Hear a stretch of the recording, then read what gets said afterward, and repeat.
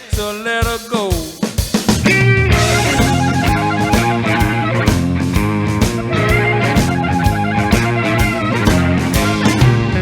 Hallelujah, begging please, forgive every single part of me. You know that poison wine has turned me to stone. Yeah, I can't seem to leave it alone. Save me and my precious soul. Give me strength to let her go.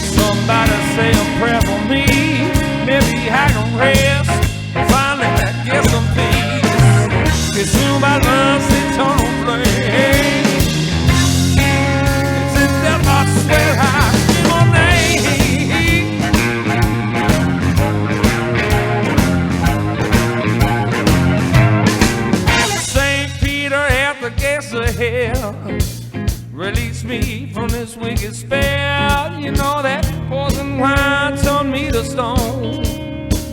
I can't seem to leave it alone. Save me and my wretched soul. Give me strength to try and let her go. I said please save me and my wretched soul. Give me strength to try and let her go. Please save me and my wretched soul. Give me strength to let her go.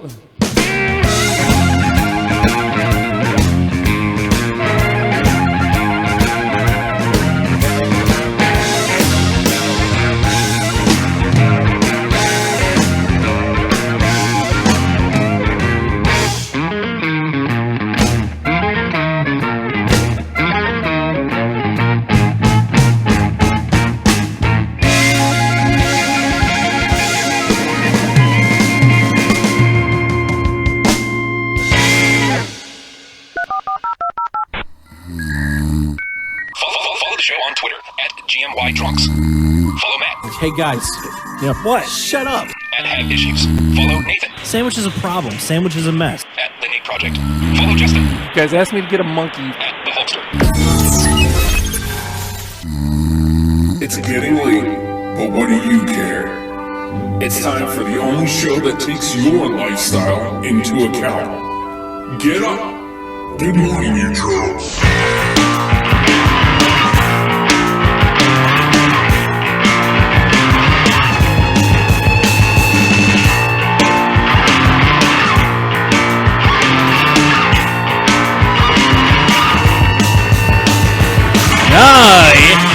I didn't turn any of the lights on, and I left the door open. So enjoy the bugs, but they won't be going to the giant lamps. They'll be coming at us. Get up! Good morning, you drunks. Hey, look over there. Look at your eyebrow arch. That was fantastic. It's Matt Wade. Hey! Okay, that's enough. Look, it's Justin Wilson. That was better. I appreciate that more. Funny sounds on this show. This episode of GMYD brought to you by funny sounds that don't make any sense and aren't entertaining. Guys, I went to the lab again. Yep. We didn't have time last week. Matt Focus group. Yes. The 1,064 elderly individuals with a... a lot. Well, I mean, you have to have a good sample size. You want the margin of error as small as you can get. I'm not happy unless I got a 3% tail. Yeah. 3%. Read into that what you will. You've got to type. What? Huh? It's not 3% tail. Tails? About 85. Yeah, that's right. All right. Asked them again for let's hear it. Suitable nicknames for the week for the cast and crew here. Okay. Matt got the Virginia Kodiak. Oh, nice. That was really impressive. I like that. It felt like we were naming an NBA team, which really was very good. Justin. Yeah. Niagara Falls Red Panda. They weren't sure if you were New York or Canada, so they went with something like right on the border. Right. Niagara Falls Red Panda. Yeah, so technically I could be Not either one. So I'm curious whether they got, because I'm Virginia as well. I don't know if they gave me Virginia. Let me look. All So right. I got shithead. No.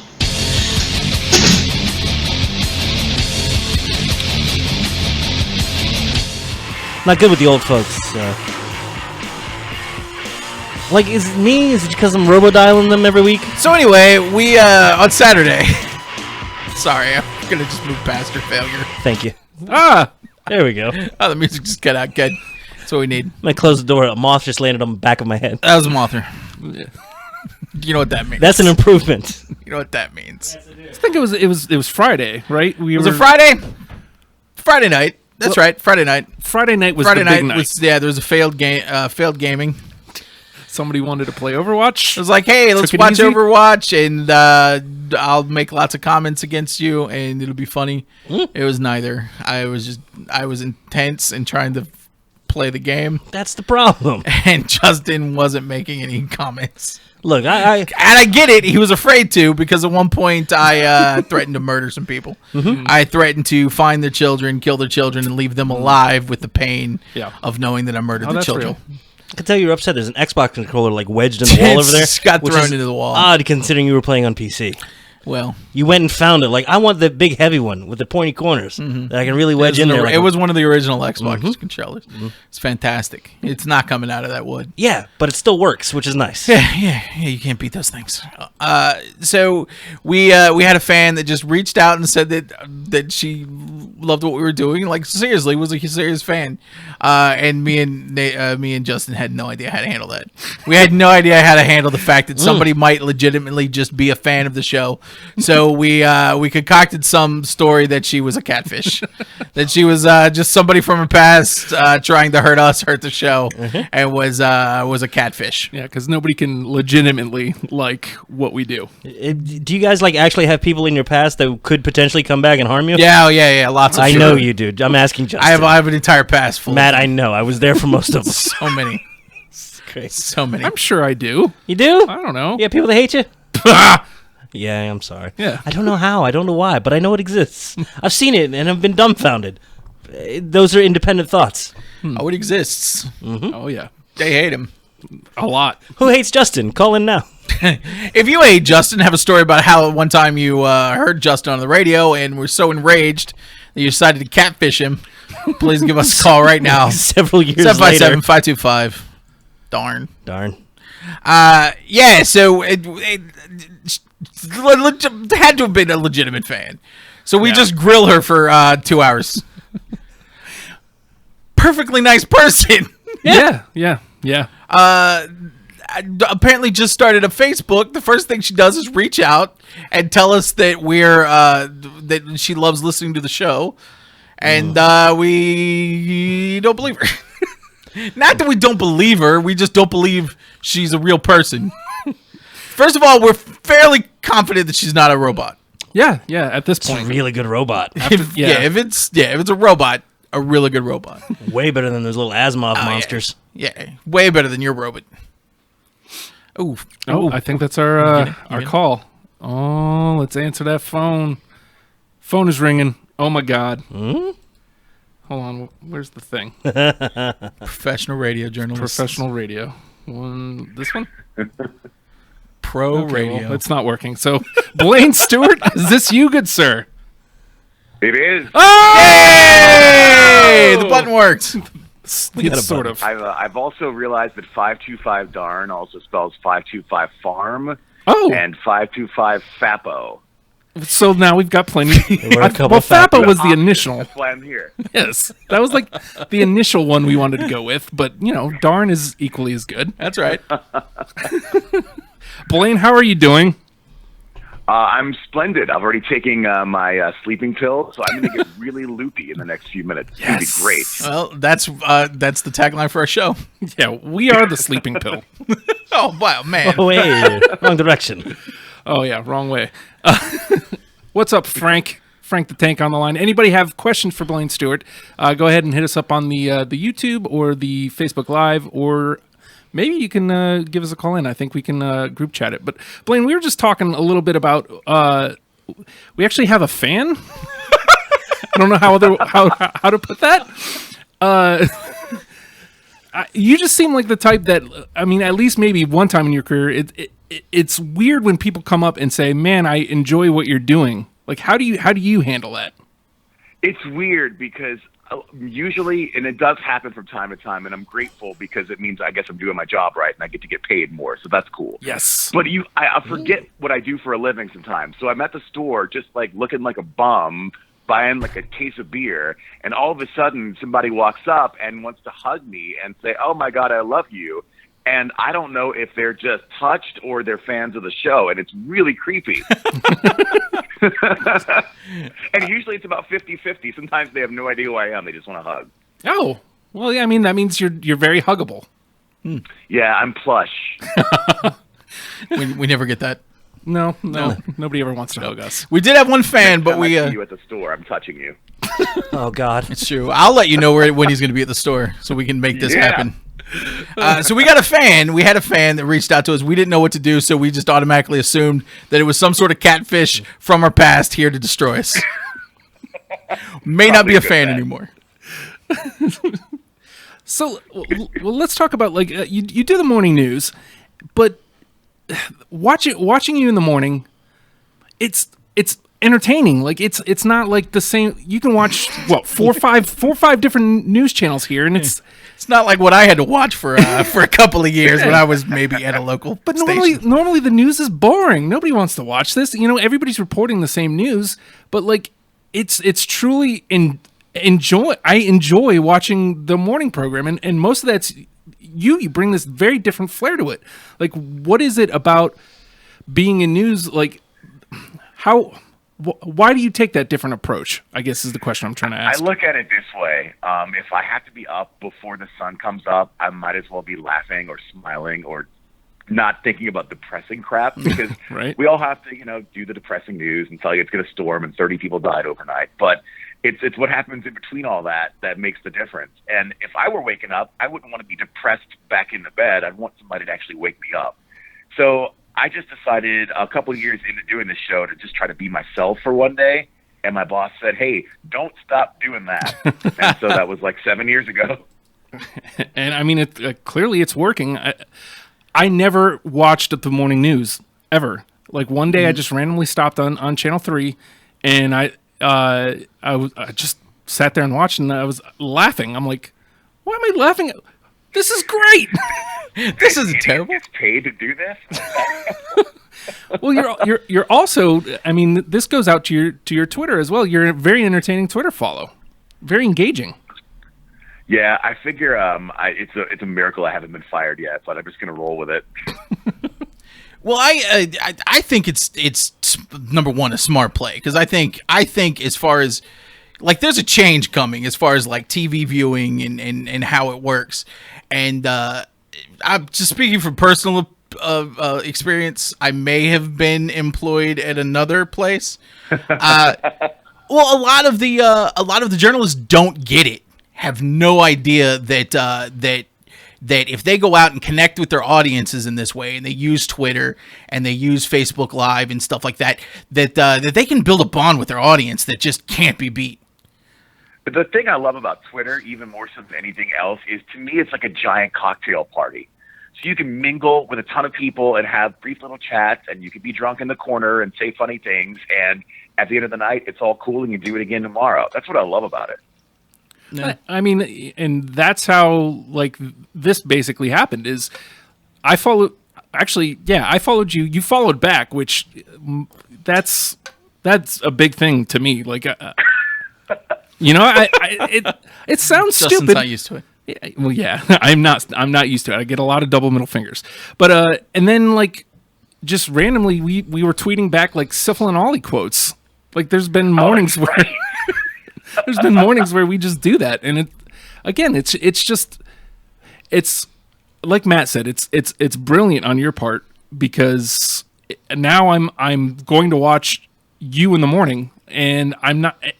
You deliver there too. I'm sorry. This is turning out to be like, let's hug and kiss Blaine for however long we have him on the phone. It sounds This like is great. I love it. Can we do this every night? We can. We can. Right as you're taking your sleeping pill, call in and we'll get the Blaine report as you drift off. Oh, that is better than Tinder. I love it. But a big thing that Justin has fawned over. Justin has got us back into watching local news just because it's personality driven. Something that we like here that we've missed on just radio in general. As personalities seem to drift away on stations, and it gets more just straight program day in day out. And local. I got my start a bunch of years ago on radio, and so I've always felt like I kind of kept a little bit of that inside. Oh, you can definitely tell. I felt like, let's turn this news show into like a fun radio show, and we'll just, instead of playing songs, we play news. Yes. That's like I never thought of it, but now that you say that, yeah, that's exactly what you guys do. And I mean, you elevate everybody else. Like, Jessica Larche, she's terrific alongside you. And I mean, pretty much anybody that they put in that chair, you elevate them. It's really fun to watch. The funny thing is, I've been there 10 years. When I first got there, the boss said, "You'll probably last about 6 months, and then I don't know if it's gonna work out for you." Oh, wrong. He doesn't work there anymore, for the record. Hey, look at that. We did get a question from Frank the Tank. What kind of beer do you drink? Free beer. Good answer. I'll drink any kind of beer. I've just gotten into drinking the really heavy stuff, the IPAs, but I can't do too many of that. And my thing with beer is I like to drink a lot of it. So I'll drink some cheap ass light beer if I can drink all day and not pass out. I'd rather do that than have 2 or 3 heavy beers and be done. Are you interested in the craft beers? Because I think there was one on that side of the water this last weekend, the craft beer festival, and we're having one in Newport News this weekend. I know there's a beer festival in Virginia Beach this weekend that I'm going to at Hunt Club Farm. Oh. So that'll be pretty cool. Yeah, I think it's like a kind of small one, but I think it's the same weekend as the Wine Fest, which I guess, you have to pick your poison. But O'Connor's is right down the street from where I live, so I'm there all the time. And so is Smart Mouth. My co-anchor Erica Greenway, the third member of our morning team, she and her husband are starting a nano brewery in Virginia Beach this summer. So they're actually opening their own craft brewery. I thought I saw that. Oh, look at this. Yeah. Little Nick Chappell chiming in, best media personality Twitter in the 757. Only Blaine Stewart can. Only Blaine Stewart can get Nick Chappell to pay attention to our radio station. Now let's do something crazy. I'm going to do a stunt boy. Was the first voice on the radio I heard when I moved here about 10 years ago. Isn't Nick Chappell a huge Disney fan too? Yes, so he maybe he wants to come do a Disney show with me because nobody else wants to talk Disney. I don't know if the X will let him. Oh. So I just getting back to kind of what's going on, and because I'm kind of like an aficionado of journalism. I don't know why anybody would ever say that. But it seems like there's got to be some sort of change towards more kind of the MMJs, the multimedia journalists that are just kind of younger and savvier and know how to use and leverage things like Twitter to really get a story out and work all sides of the story. I think we're going to see in the coming years the emergence of 2 different kinds of journalists or media people that will succeed into the future. And the first one is going to be the person you just talked about, the person who can do it all. They're tech savvy. They can crank out a bunch of content online, on TV, wherever the next platform might be. And then you're going to find the personalities. Yep. And those are the 2 kinds of people who will stand out. And the cookie cutter people who just read the teleprompter, they're going to end up fading away because the younger generation really has a hard time connecting with that. And I say younger because I'm 40 now. So, in 20 years, I'm going to be a dinosaur. Yeah. To the younger viewers. I definitely hope that that the personality makes a comeback. Because one of the things that we're trying to do is really find a way to just pay homage to old school talk radio, and how do we update and bring that into the future, and then also give it a local flavor, but also market it to whoever wants to come listen outside of the market. And I think that's where the challenges are going to be. I think there's going to be some interesting things in the future that kind of come out of this. Well, especially given now that one or two companies own everything. Yeah. It's really hard to be fresh and local and relevant. So I think the people who can find a way to do that are the ones who are going to have staying power. Sarah asks, why do you love HRVA? So, okay, I thought I was going to be here for like 6 months tops. I'd never heard of Norfolk before I moved here to take this job. And within, I don't know, maybe 3 or 4 months, I fell in love with it because it's a great way to meet people you've never met before. This area is such a melting pot, and I guess the military has a lot to do with that. But you'll meet people from all over the place. I came from Georgia, where everybody was from Georgia. And so you get to meet some awesome people here. You've got the beach right there, the mountains. It's just a cool little cul-de-sac to live in where it's kind of cozy, but if you want all the craziness of like DC, it's right up the road. You've got some awesome people who are, you know, locals who've been here forever, and they can teach you some cool spots that you never knew of. I just discovered some places out at Chicks Beach that I've been here 10 years, didn't know existed. So there's always something cool to discover. I don't know. I love it here. I can't see myself leaving unless I get fired. Oh, jeez. That I don't. Debbie Downer. Yeah, It's a right. volatile industry, I'll tell you that much. That is true. Oh, tell me about it. So did you go to school in New Orleans, or because you just said you're from Georgia? So Well, I grew up in New Orleans, but moved away to take my first couple of jobs in Georgia. I went to school in New Orleans for a total of 1 semester. Then I got a job at a TV station working behind the scenes and said, okay, I'm going to put school on hold just for like 1 month. And that was 1995, and I never went back. oh, So I really lucked out because if it weren't for some great people who gave me a chance along the way and for just learning on the job, I would have been the guy who went to a semester of school and now I don't work in TV, you know. what's your favorite? But kids stay in school. What's your favorite episode of Syphil and Ollie? Let's get into the to the good stuff here. Jeez. What? Okay, and now we're talking here. My favorite thing ever about Syphil and Ollie is the Llama School song. Yes. I actually That's how you have get that to on my Llama phone. School.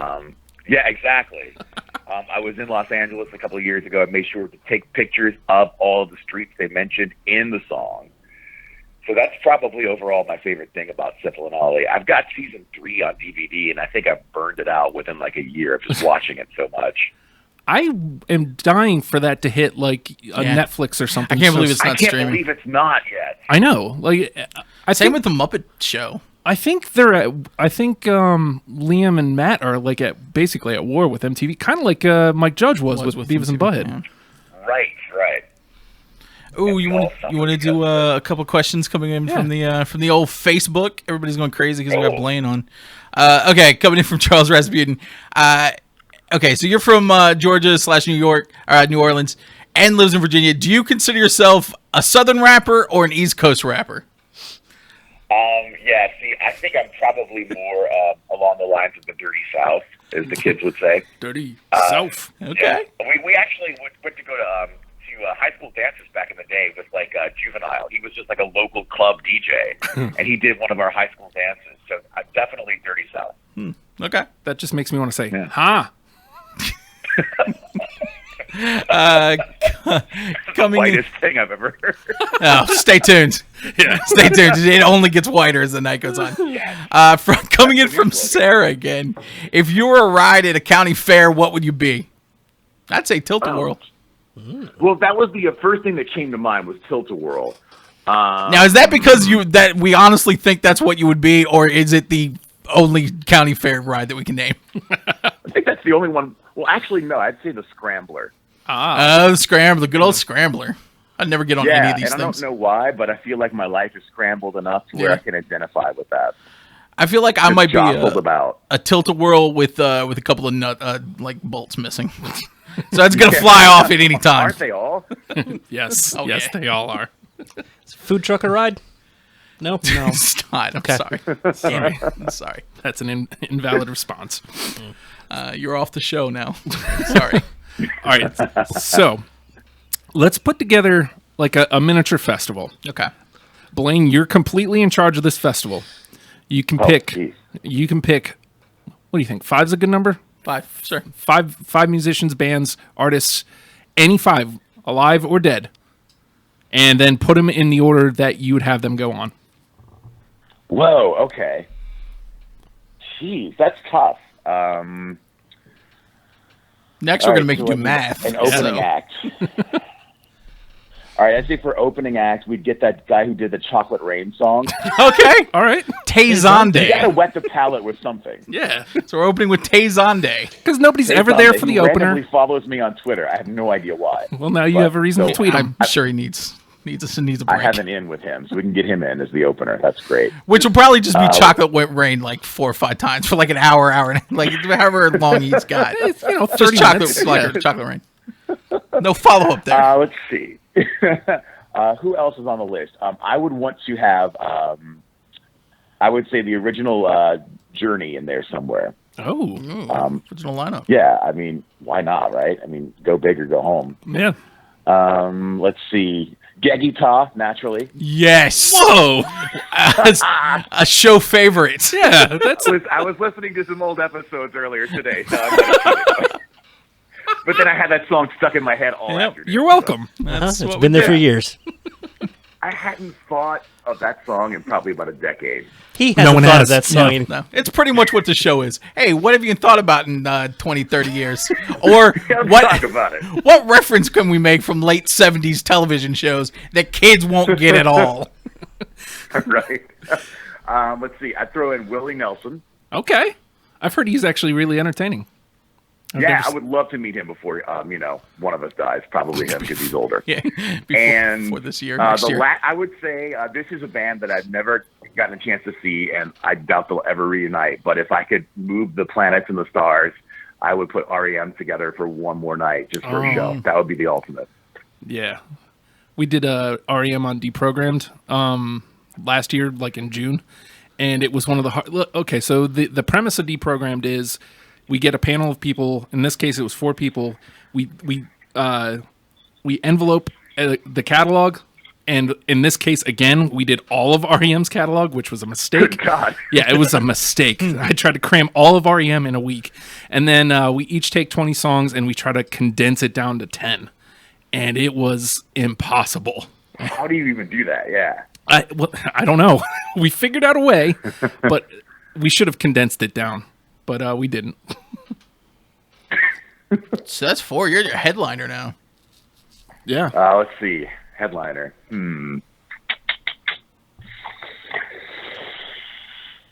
This is tough. I would probably go with. I don't remember Snow, that guy from Toronto.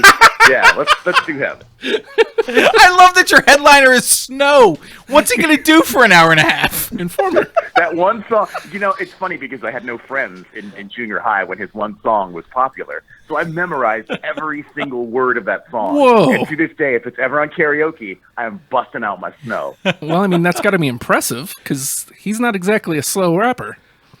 No, he's not. I think deep down inside me is also a kid from Toronto, Jamaica, wherever those two places meet. He's all of us. He is all of us. I heard we're that, all 12 inches of snow. I heard that Snow likes to licky boom boom down. I've heard that. I can't confirm, but I've heard. It starts to melt. Man, I can't believe that Gegita and Snow on the same ballot, though. Yeah, I'm in. Half your show's incomprehensible. It's fantastic. Everyone sing along. They don't know the words either. Come on. Let's charge $2,000, put it on an island, and we'll give some cheese sandwiches out. I'll bring the tents and the cheese. Right, so we got another question from Sarah on Facebook. What is your MLB walk up song? So you're coming up to bat. Okay. Yes. I've thought about this quite a bit, and it would most likely be. It used to be Pony by Genuine, but then Magic Mike screwed that up, and so that's an obvious choice for like any kind of, obviously sexual thing, which me walking out is a sexual thing. So Choke up on that bat. Yeah. Yeah, I guess Hanson Mbop. Wow.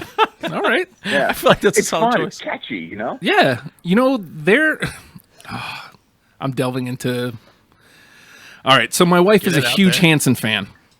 She's the Like, one. still. And Great. it's insane, like, listening to what they do now compared to what they did, obviously, then. Carpentry.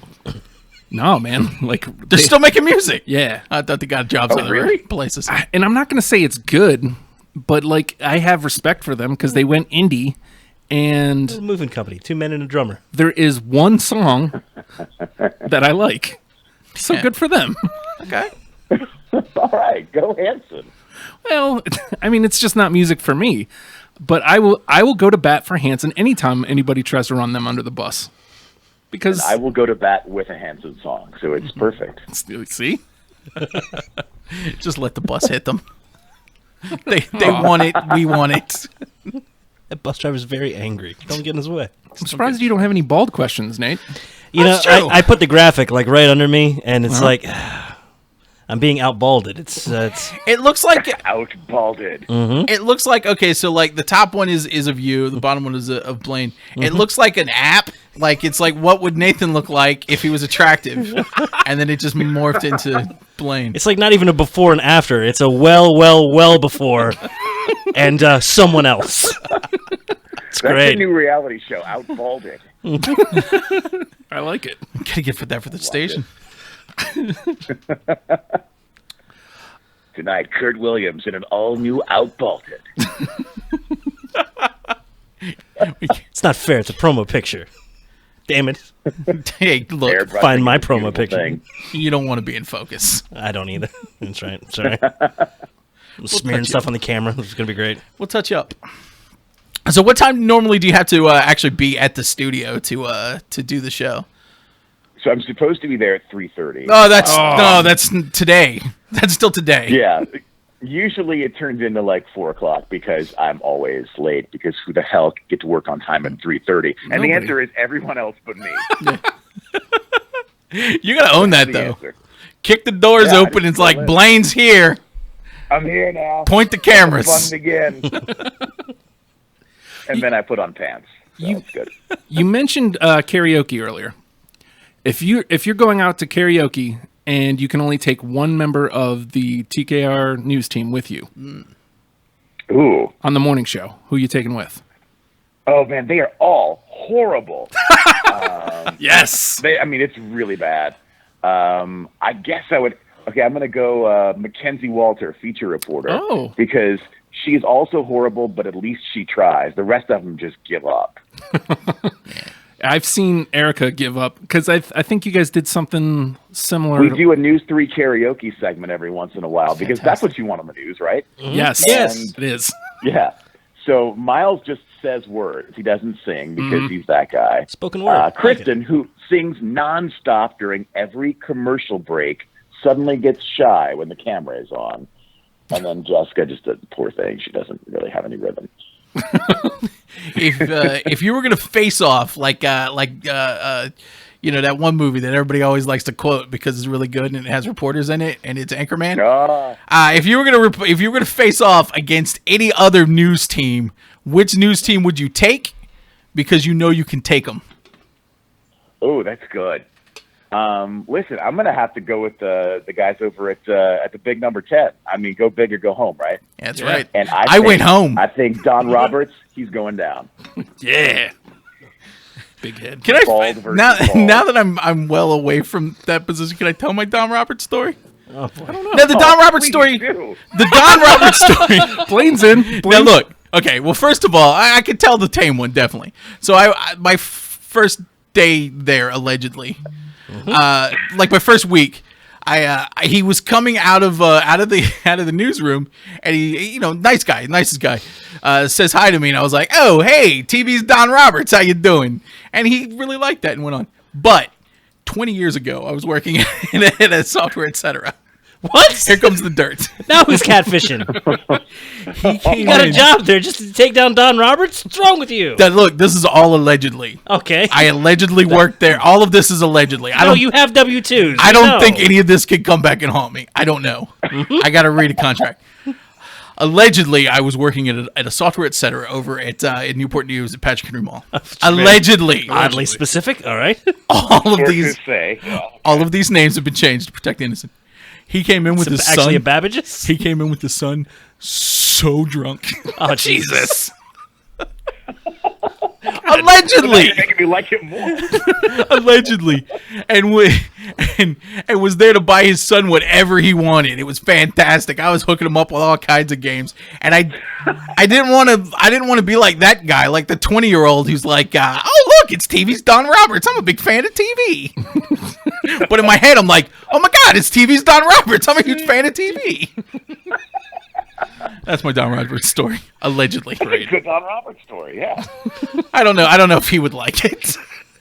I met Don Roberts about 4 years ago. We happened to be out at an event, and I said, "Oh, Don, it's good to finally meet you. I'm Blaine Stewart." And his response was, "Oh, cool. So where do you work around here?" Oh, come on. Like, I know they have a huge lead, but come on. Right? Wait, there's another station? What? Well, just remember, they all work for an evil corporation now, so. This is true. We all do. We're about to get bought out, so who knows? Oof. Hopefully it's not by those guys. No, thankfully. They're well known for being terrible. So Evil. What's your favorite TV show of all time? Of all time, do you remember that show Small Wonder? Yes. Oh my of course God! we do. It's a small wonder. Look what show do you think you're talking to? Yeah, right. You're lucky we don't have a life-size crush Vicky. on Vicky the robot back in the day. Mm-hmm. We did a what was the bit? I don't even remember what the bit was. It had something to do with Small Wonder. I hope it wasn't the bit I'm thinking we would have done. Is she dead? Because that's the bit we usually do. Oh, Vicky's dead. Oh, I think that was I think that was the bit. Vicky died. Vicky had The died. the robot, not the actress. Yeah, the robot. Oh, thank God. Or probably both. Still alive. Maybe. I could probably watch a Seinfeld episode every day for the rest of my life and be cool with it. You know, I haven't gone back and watched any Seinfeld, so I mean, It's all on Hulu. it all holds up still. Yeah. Really? Yeah. Yeah. I mean, I guess you can't Brilliant. beat good writing. I mean, it's no small wonder, but Right. There's no talking robot, but it'll do. nobody ever knew that something was up with that chick. That's what I want to understand. Because she was flying around the house and Never changing clothes. Well, the shooting eye neighbors were lasers. idiots. I never change clothes. What are you talking about? Neighbors I are ain't no always robot. idiots. This is true. The neighbors on Alf were Alf, very dumb. always dumb. They were clearly harboring an alien. Bewitched, dumb neighbors. Oh, yeah. Neighbors are always dumb, always nosy. I have never talked to my neighbors on either side. I have no idea where they are. Where these other on Yes, but TV though. We've done hours and hours in the neighbor across the street. That's true. We did take their pig. Fair enough. Actually, we were talking a few years ago about where to go in case there's a tornado. And I said, well, I live upstairs, and I don't know my downstairs neighbors, so I guess I'm going to die. So the next day, my downstairs neighbor's like, yo, I'm your downstairs neighbor. I saw you on the news say you don't have a place to go. If there's ever a storm, come down to my apartment. And now I'm never going down there. No. I'm terrified. No, because you know you're going to find, like, if you go down there, you're going to find a shrine to yourself. God, I hope it's me. I hope it's not Don Roberts, because that's my luck. I'd die with a picture of him next to me. Yeah, it won't be sober. That's how it ends. Frank on the Facebook asks, worst story and best story you have ever reported. Ooh. One of my favorite stories ever, like as far as lighthearted fun, I was happy to cover it, was a picture. This was about 12 years ago. I'm in a small market in Georgia. It's a Sunday night, and I am drunk on a bottle of wine on my couch. I'm not working, not supposed to be working, and I get a call. There are a bunch of cows that just broke free and are on the loose in the mall parking lot. Get out there. And so I stumble out there because it was just not that far from my apartment. And sure enough, there's like, a dozen cows just, trampling all over cars. And one of them's like on the patio at the Hooters. It's great. And so I drunkenly do a little story about it and throw it together for the 11 o'clock news. And that story won me 2 Associated Press awards for feature coverage. Nice. So drunk reporting pays off. That's lesson number 1. And then The worst story was I was at Virginia Tech for a week back when that all went down, and that's something that sticks with you forever. Yeah, we just hit the 10-year anniversary, 15. I was there when it happened, so I got the call. That was about my second or third month here, and I got a phone call from my boss saying, "Hey, pack a bag. You're going to Blacksburg." And my first question was, "What's Blacksburg?" And didn't realize that I was going to be there for a week covering just a horrendously horrible story. It feels like a couple of, was it like maybe even last year? It just felt like there was a string where it was like every week we were getting a different shooting somewhere. Yeah, it really. I want to say it was with the election at the same time. Yeah, celebrities dying. It was just the worst year for news ever when it came to just calamity and the world is about to end kind of stuff. It feels like that terrible Roanoke shooting down at the Roanoke station. Kind of really kicked that off, which was just a weird. I remember that being a weird morning, just kind of being there. We got an alert somehow, like right after it happened in the newsroom, and we're all sitting there and thinking, well, this has to be like fake. This can't be true. And then all of a sudden, the video starts popping up, and man. That was just nuts. Yeah. Oof, yeah. Yeah, especially being in the we had it was weird because on Tuesday nights I host a show called Popped with Sarah Hill, who was also in the media, and we had just been through an odd kind of situation that it was very, very reminiscent of what that happened. Obviously, minus the shooting. So we were just watching all of this unfold. She had found the Twitter, and she was like, I think this is the guy's Twitter. Because, we're trying to find, pieces for the story. And she pops it up, and it is. And, I accidentally watched the video, which I didn't really mean to, which is just haunting. It's one of the worst things to see. And I hated afterwards having to watch people come out and say, oh, well, this is all faked. They faked all of this. These people are just living somewhere. Yeah. It's like, come on, man. Do you ever run into that a lot? Where especially with the kind of the fake news thing, where people just kind of come at you for just being a part of the media. I don't know if I am by accident or design well insulated, or if it's just because I don't cover politics on a regular basis. I have escaped that, and I'm so glad, because I don't think I'm polite enough to just kind of brush it off. Yeah. So for whatever reason, I've lucked out so far and really haven't. People on Twitter will say stuff from time to time, but that's why they have the block button.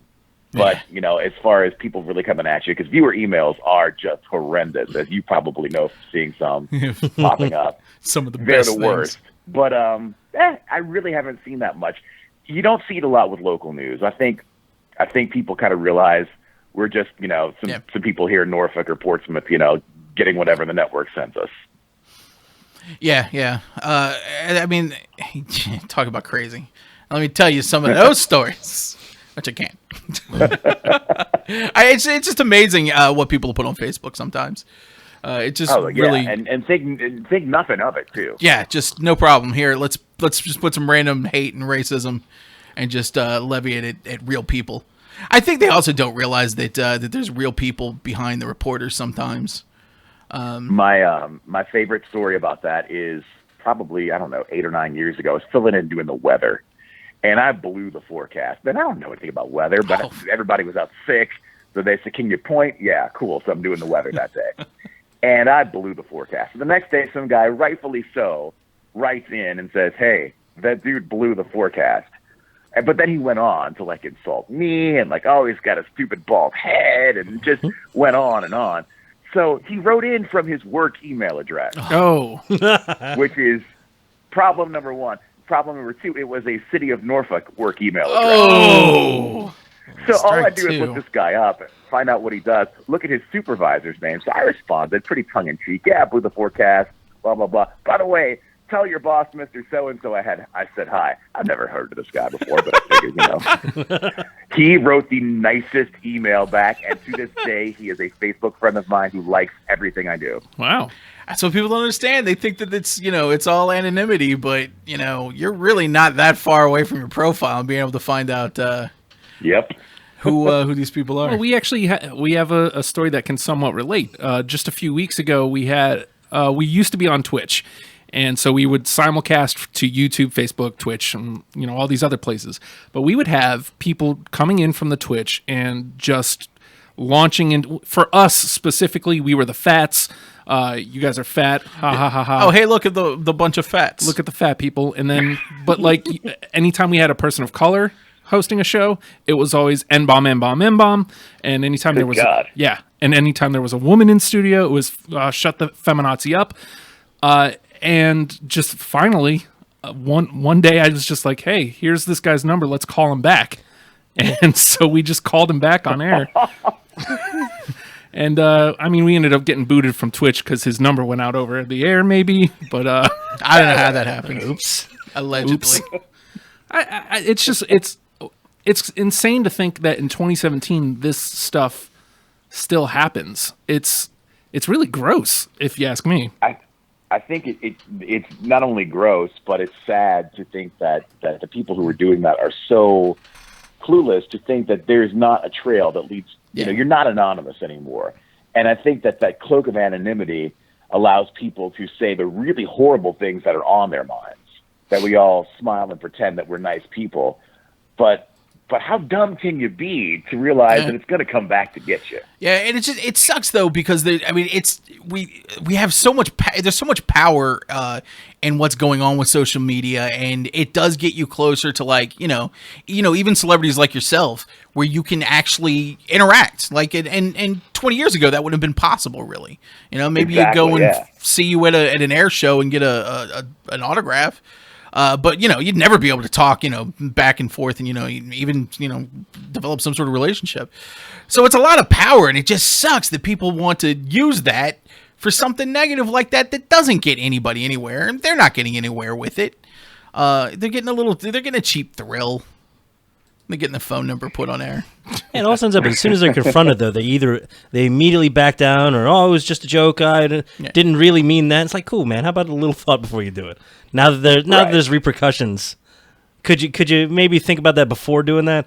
And then anytime there isn't any repercussions, they're just emboldened to do it more. Yeah. And then they get attention for it. And it's finding that line between, hey, man, and putting the hand up in their face saying, could you cut it out and be a normal person? And then if you put it up and they're still anonymous, they just emboldened. It's madness finding the balance between the two and how to handle it. Yeah, it is tough. We'll get some emails sometimes that I actually screenshot and put out on my social media, just because I'm stunned at the level of depravity that some people, can sink to. Yeah. And I always block out the email address. But man, like maybe on my last day, one day I won't. It's going to feel really good. Yeah. You've got a lot of reach. Yeah. Just put somebody on their butt. Be great. Well, nice. we're coming up on the hour here, and I know you've got to get up like really early, Blaine. But man, what a great! We've been trying to make this happen for like a year and a half, 2 years. So thank you so much for your time today, man. Yeah, absolutely. It's been a pleasure. It flew by too. I had a blast. Yeah, man. Like here it is. What, like 45 minutes later, and unbelievable. You're welcome back anytime. Hey, listen, it's a deal. When I get Gaggy Ta and really melting together for that big show, you guys are right there on stage with me. And I think I'd invite you to the studio, but it's a garage and it's really hot in here today. I don't want to put anybody through that doesn't have to go through that. But one of our big goals over the summer is hopefully to get into a space. But we might be doing some out and about stuff. Love to shake your hand, man. I'd love to meet you, shake your hand, say thank you. It's a deal. Absolutely. Count me in. Well, have a great night, man, and I will see you in the morning on my television. Man, that's weird to say. True. Thanks so much, guys. I had a blast. Thank you, Blaine. Bye. Ladies and gentlemen, Blaine Stewart joining us. Anybody better? Nah, dude. Not a person better. And quick, you can tell when you watch him on the news, like how quick he is, but like just the way he was turning stuff, it's just great. And I didn't mean to turn it into a butt-kissing thing, but like I'm a fan. There's nothing wrong with that. There's nothing wrong with that. It's like what I've always said. If you never tell anybody that you like them, I mean, is it the cool? I guess it's not the cool thing to do, but who cares? We're not exactly cool. What? We're literally not cool What? today. Hey, Mr. Cool. I don't get to do that. Well, yeah. Well, you are Mr. Cool. Hey, look at Ace over there trying to horn in on our cool racket. Look at Ace, Mr. Cool. Why do you guys actually have to look at me when you do it? Yeah. Can't you just look at your microphones and do your stupid look bit? Making me uncomfortable. Cool. Trying to tell us how to do our bit. Making me uncomfortable. Oh, Mr. Cool, what you trying to do over there? Trying to make us tell us how to do the bit? I'm gonna look directly at the camera and just be uncomfortable. Oh, look at Mr. Cool with a pack of cigarettes rolled up in his sleeve. I don't smoke. I don't drink. Oh, either. look at I don't know Mr. why I'm on Cool. this He's show. got a pack of Mr. cigarettes, Cool. but doesn't even smoke. Ace over there They're clove. Oh, look at you, Ace. with your cloven cigarettes. No, I'm making a ham later. Cigarettes of the devil. I just gotta stuff them in there. It's really Okay, good Ace. for flavor. I gotta tell you, Yes. Nice this and rosy. coffee. I mean, it's awesome, Okay. but not a right. great choice for You want hot. a couple ice cubes put in that coffee? So that's a no. So, okay, I hope he continues that. He's that morning show is, and everything that they're doing over there. It's just the right way to go about it. I think because Different and fun and engaging. like it's got to be tough because I know just being where I worked, I know what the numbers are, Right. and you know Yeah. that station's a juggernaut. Just to see them doing something different and kind of bucking the trend, and you know how I feel. I'm gonna gravitate to anybody who's being disruptive. Mm-hmm. It's just the smart thing to do, you know. Let somebody else be non-fun. Lighten it up. It's the morning. People trying to get to work. But yeah, I mean, the news is a bummer enough as it is. Yeah, Why do you have lighten to it be a up. bummer change too? it because you gotten so used to like, and everything is condensed down to like what headline news is now. It's like every 15 minutes is just a repeat, and sometimes they'll swap out the stories, and it's just over and over again. Every 15 minutes you get the new audience and blah blah blah, get the news out there, whatever. No, that's not what I want. That's not engaging. That's not fun. Personality driven that you can actually interact with is so much more amazing. So much and you know better. what? Despite the size of the audience, I guarantee his audience is far more engaged. I guarantee you. And they will reach out, and he will reach back out to them, and they're going to be fans for life. Yep. Just like us. That's how you do it. And I'm telling you, that's what we're going to start seeing. That's what we're going to start seeing out of. They've got to. This whole thing where you've got a wall between you and your audiences is gone. You've got to acknowledge them. You know, maybe you don't accuse them of being catfish. We'll get better at that. It's just hard. I don't feel like I'm scared. anybody would. I got it skeletons. shocks me still. Well, The people would find us that aren't our friends that would watch, because our friends, most of our friends don't even watch us. It's fine. we've got a handful. It's probably for the best. Sometimes family watches and ask you about That's embarrassing not shit true. you say. So, You know, hey, whatever. Thank God family doesn't watch. No, they do. Yeah. Before we go to the break real quick. So we've been sitting on this. We didn't. My chair? Well, there was a thing. My butt. There was a thing we were supposed to go to today, like a big festival. Oh, we're still gonna go. Are we? Yeah, I chartered us a plane. Oh, okay. Do you want to go? Okay, so I figured, we rented an island, we're kind of cool, and right? we've got GMYDFest happening for the rest of the week.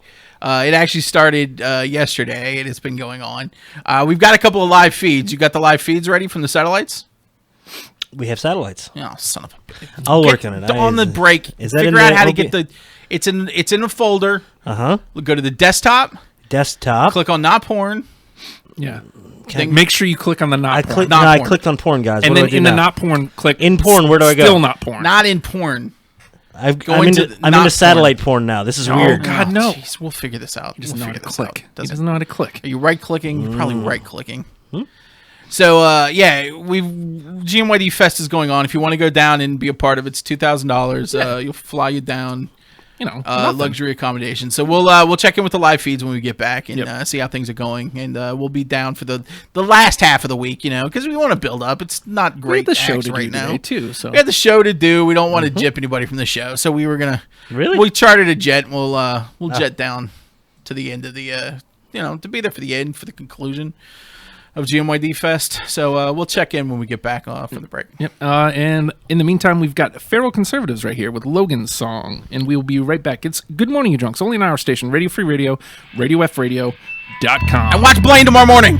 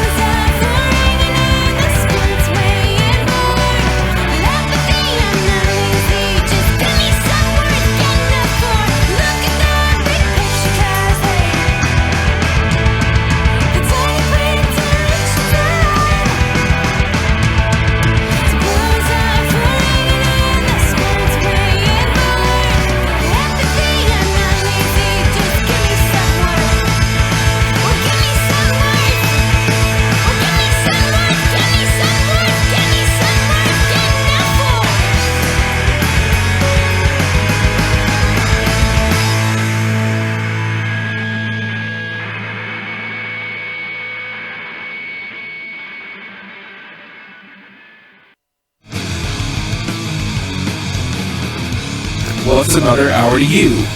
Crack another one open. It's time for hour 2.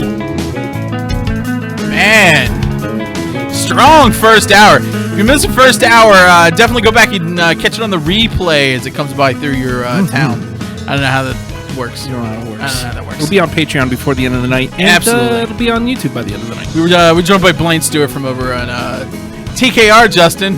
At TKR. TKR. Notice I dropped that one in? WTKR. Fantastic show. Fantastic dude. We're just really gracious that he came back or came on and spent some time with us. I got the feeling like he could have gone longer. I think so, but we don't want to keep him up. We don't want to 9 be the p.m. reason why we're watching tomorrow morning. He falls out of his chair. Good morning, you dicks. Oh no, we made Blaine Stewart curse in air. A little bit of housekeeping that we want to do here because we love it. Go away. This Friday, May 6th, May 5th. Yes, May 5th. I couldn't figure out what Cinco was. This May the Cinco, Friday, down at 1701 and Virginia Beach, Angst. We're finally getting around to doing Angst, where a bunch of cats are going to get up and they're going to read from their high school and middle school diaries. We got cats? And not those cats. Hold on. No, just people. Okay. She's over there. No. Let's switch over to the kitty. Oh, Look at her. Oh, boy. Mary. Mary. Get the cats. Oh, she's so happy. God, the cats are just undulating. The cats will not be Is reading. there carpet under? That carpet is ruined. They will not be reading at Angst. Cats can read? Go check out our Facebook. Go check out the Facebook. The event's shared everywhere. I think it's pinned to the top of the page. First Friday Vibe at 1701. It's Angst, hosted by us, Radio Free Radio. Man, this is Sarah's baby, and it's so happy. It's been a long time. I'm happy we can finally do this for her because it's a long time coming. Her and she came to me with this like when I think we were still GMYD. I don't even think we had the station, and she was like, I've got an idea. She was like, I see that your Comedy Smackdowns go so well. Maybe we do this Angst. And I was like, you know what? That's a fantastic idea. It's basically, it's embracing the embarrassment. It's a bunch of people reading from their old journals and embarrassing themselves on stage. So go check us out on the Facebook page, on the Radio Free Radio page. You find a link. Let us know that you're coming, and we're gonna have a blast. We're gonna have snacks. We're gonna have T-shirts for Snail. For Snail? Gonna have. I'm apparently having a stroke. We're gonna have some sweatpants for sale. Yes. YMS sweatpants. All kinds of fun things. We got fun games set. I don't want to blow exactly what game Sarah is gonna play with everybody, but she's got a game that she's put together, and we're gonna play it, and it's gonna be a blast. So that's this Friday, May 5th, down at First Friday at the Vibe at 1701 Workspace. They're down in Virginia Beach, and it's fun times. Fun times. Come out, please come out. I'm hosting. Yeah, I'll be hosting. I haven't hosted in a while. I'm excited.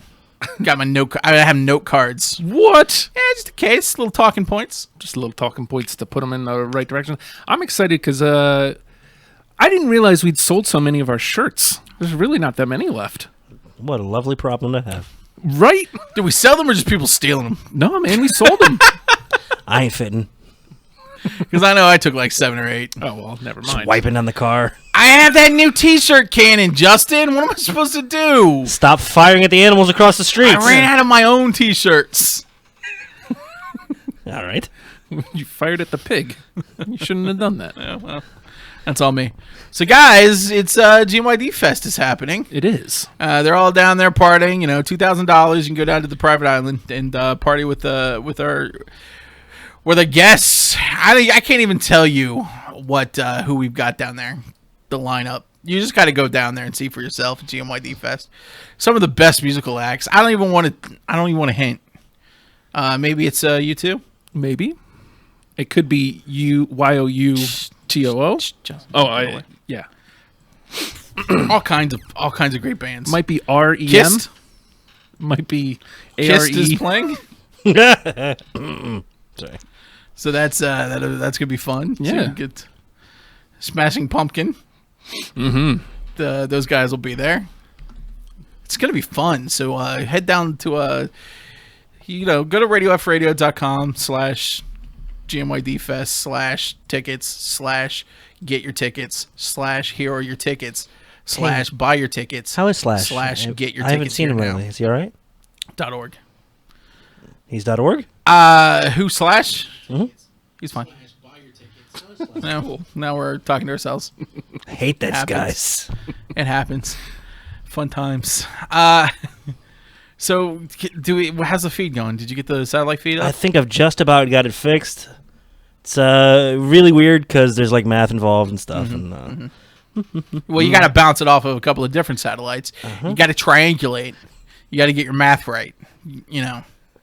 If you need a 45-degree angle and you actually put in a 44-degree angle, that's just going to bounce, right off us and head towards some other satellite. Jupiter is pissed.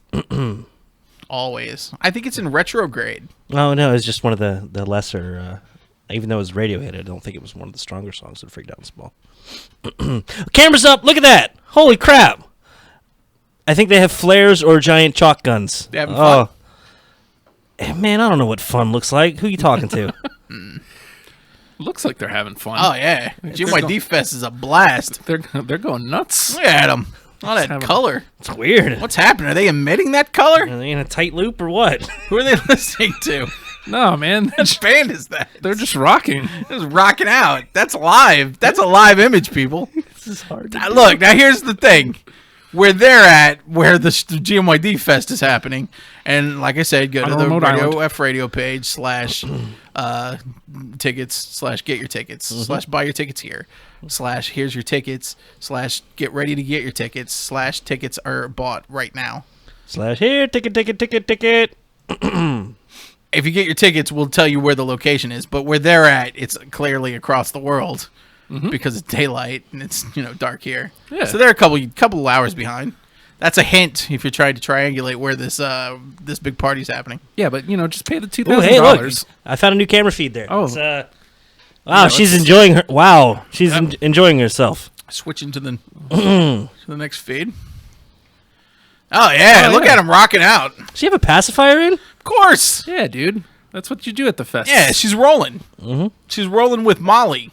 Just watch how is that dude's name, Molly? Like 1, 2, 3, 4, and then that's what that drug does to you. See, watch 1, 2, 3. What band do you think they're listening 5 to? 5 and 1 and 2 and 3, 4 and 5 and 1. I think that's the Flaming Mouths. Yeah, that's them. They're listening to the Flaming Mouths right now. Are on stage. MOWTHS.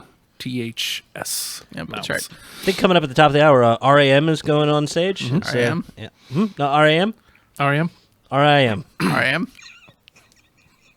Okay. What other bands? That's all I had. That's it? I'll find the list. I'm trying to get the satellite feeds. It's ridiculous. Okay. No, that's fine. You got any other feeds? We got it because we got to get on the old. I got you guys. We chartered a plane, so we'll fly down for the end of the festival. Oh yeah, GMYDFest is kicking into high gear. It's dark now. It's dark now. So. So I wonder if they're indoors. Yeah, this must be the indoor. Impossible. This might be the indoor stage. That's where I think Panthera is playing on the indoor stage. What? I think the opener for them was Mumra. Oh, the Ever Living? Yeah, that's right. Okay, just making sure. That's right. She's enjoying it. Whatever. So yeah. They're having a great time at GMYDFest. I think you guys need to head down. Again, they spent $2,000, so... Yeah, go to radiofradio.com /get your tickets /buy your tickets /here's your tickets /tickets /GMYDFest /here's your tickets /your tickets are bought here. Now just type that in and then give us money. And then it'll tell you where to go. I'm pretty sure they have like a couple... we got packages available. There's a couple stages there. Like, Panthera on the indoor stage. Panthera. I think RIM is on the outdoor stage still. I think I'm going to try to switch back over camera. I've found a way to patch into the security system. Is this where Metallica is playing? I think so. A lesser known Superman villain. Well...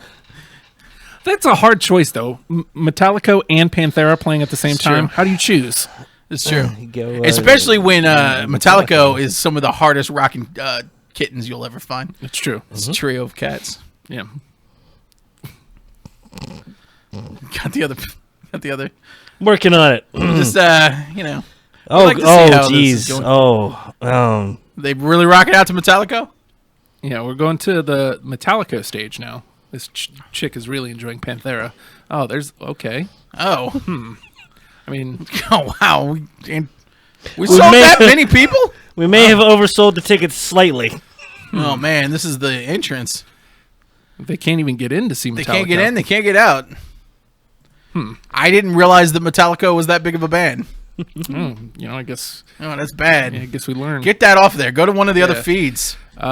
Things are not going well at GMYDFest. Looks like it's taking a turn for the worst.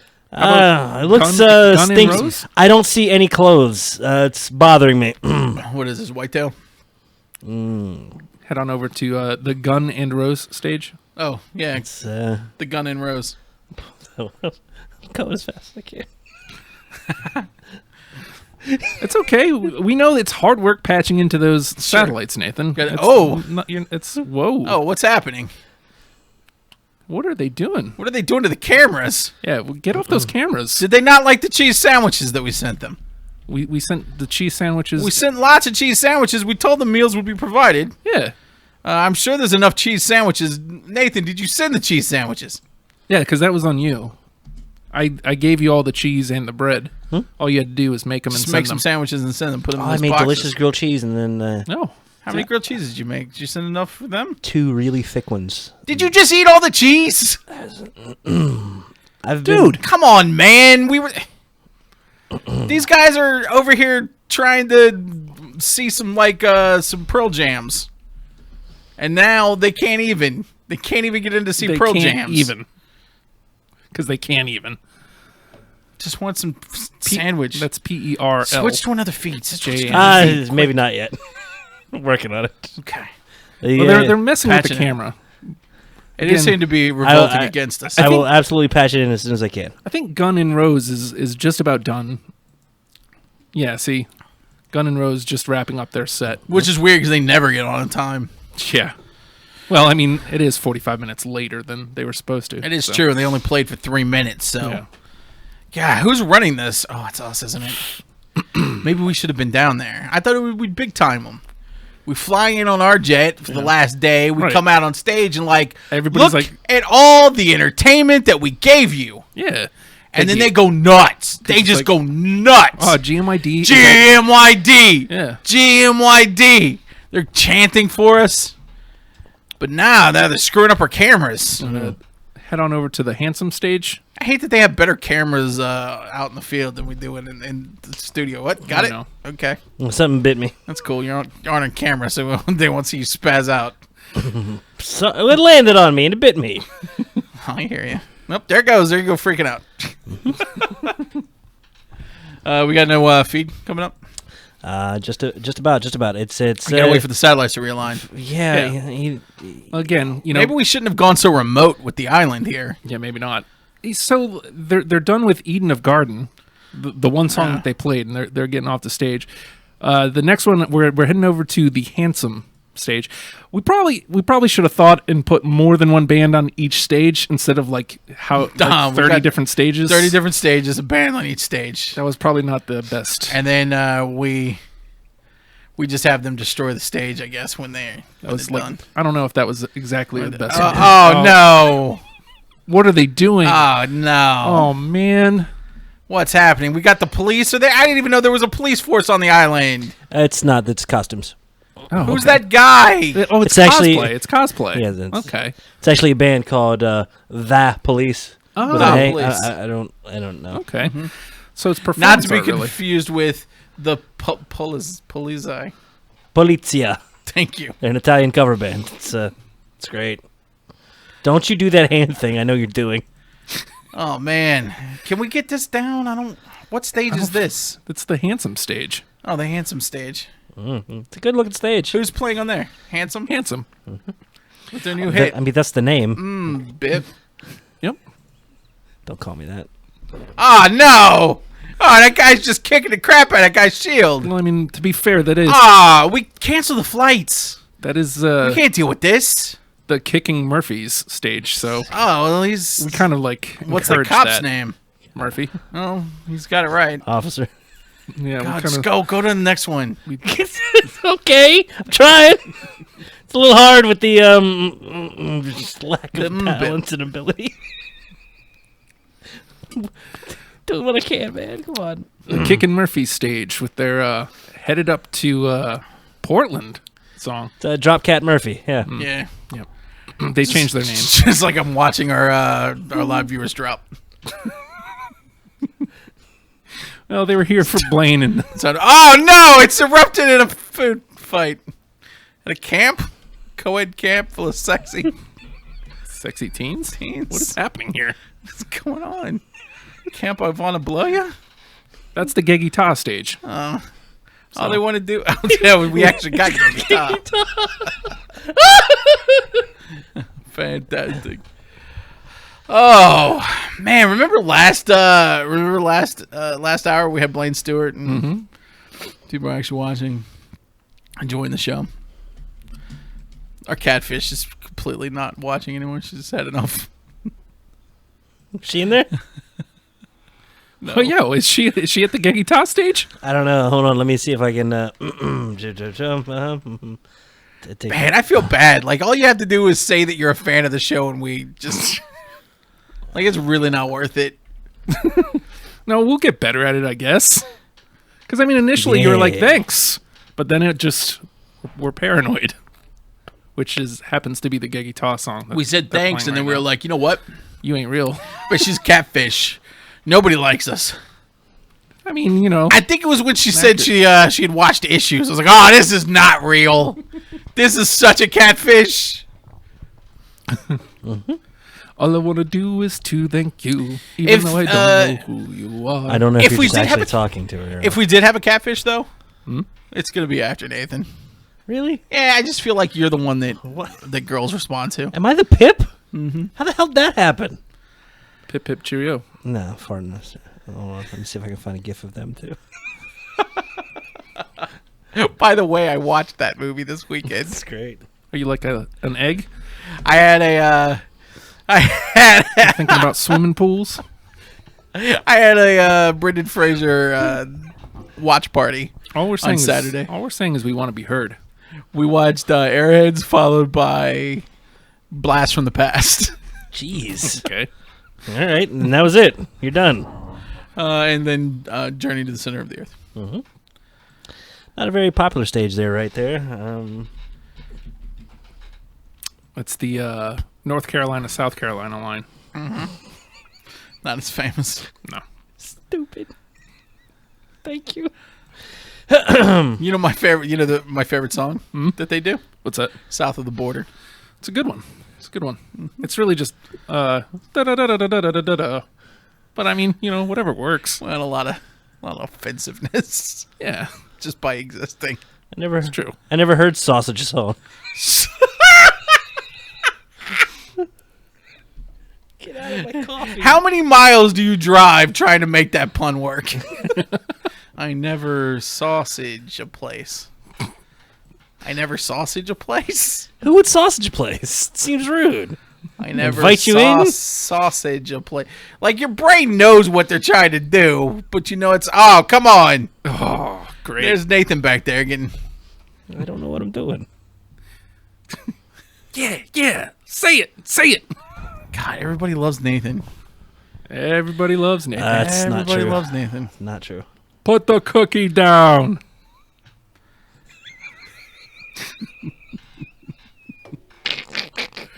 We're just making ourselves laugh. Oh, God. Because why not? Watch the video content. That, of course, is the White Ranger stage, where they just give you a double middle Is finger. that Tommy? The white. We can't get the Lone Rangers. Nope.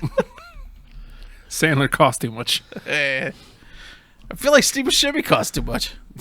Yeah. Brendan Fraser. You probably could have got him for a sandwich, a cheese one. What if we can get him on there? We can get him on GMYD. Sorry about the cheese sandwiches. Next guys. week, Brendan Fraser. Brendan Fraser on the show. I don't in. care. I like Encino Man. Putting it out there. I like Brendan Fraser. He's like, I don't want the movies. He's just like, I love Airhead. He looks happy and fun. Airhead still holds up. Yeah. Who doesn't like this movie? Call in 525 darn or FUPA. Fapo. Oh, Fapo. Fapo. Not FUPA. Fupa is what they call this on Twitch. Yes. I'll give you a bunch of FUPAs. Yes, ma'am. Oh. Can we use farm 525 farm? The Farm Report. Sure. I had no idea that's what I got. By the way, I took all day. I went through like a bunch of numbers trying to spell things. And then darn was the first one. I was like, good enough. Oh no. That's the Red Zombie stage. How many of these do you have? I'm just curious. I don't know. What? He's at 30 stages. Yeah. We gotta go through all of them. I don't think we should go to GMYDFest. Nah, man. This looks like a bad time. We should just collect the checks and bail. This guy doesn't have a face. What happened to him? Well, maybe he just had his face rocked off by Red Zombie. That's a Man without a face. It's not likely. Oh my god. It's hot out here. Thunder Hug 65, the big hit. Theirs goes da da da da da da da, but ours goes da da da da da da da da. That up. It goes up. There's also an extra ding in there. That's the important part. It's the best thing I've ever heard. Ding. I still have no idea how serious he was. Extremely. I don't know if that guy's just really dumb or just brilliant. He meant it. He was told to say this. Suge Knight. Knight, did you say? I'll never forget. Funny you mentioned that. Gathering at the Juggalos 2001, the end of Vanilla Ice's set. He just goes, oh yeah, and fuck Suge Knight, and walks off stage. And then Suge Knight, oh, whoa, what stage is this? Wait, why does this exist? That is the Ground and Pound. The Moose stage. Okay. MOOS. Of course, they're playing their Knights of Sidonia song. Okay. Okay, Moose. I got it. I got it now. Oh, man. He is getting smashed in the face. Yeah. Why is this a thing? Why isn't this a thing in my house more often? I think I know what we're doing at RFR. What is happening at GMYDFest? Is this the band? I don't know. They just gave up on everything? Why did we do so many stages? It was a bad choice. I gotta tell you, though, the audience is digging it. Clearly. God damn it. Look, what? They're not rowdy at all. They're just sitting there watching this happen. Yeah. Give me the link. I want you dirty. It's, there's two guys with swords, like, swinging at each other, and they're like, you know what? I've seen much more exciting things. If you're listening to this episode, sorry. Aw. Not a fun time. Oh, God. See, Justin can see these, like, well before I can. Mm-hmm.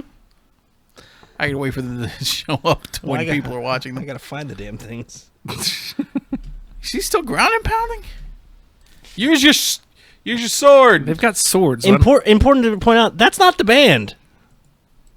Oh, what? I don't know. I don't care. Is that what we can name this hour? I don't know. I don't care. We were so on point and entertaining last hour. God, I hope Nick Chappell's not still listening. No. The second Blaine was gone, he was out. Thank God. Want him to see us doing good work. GMYDFest not going so well. No. Neither the fest nor the bit. I'm working over here. I can't play. You can tell. I feel like I'm playing Overwatch.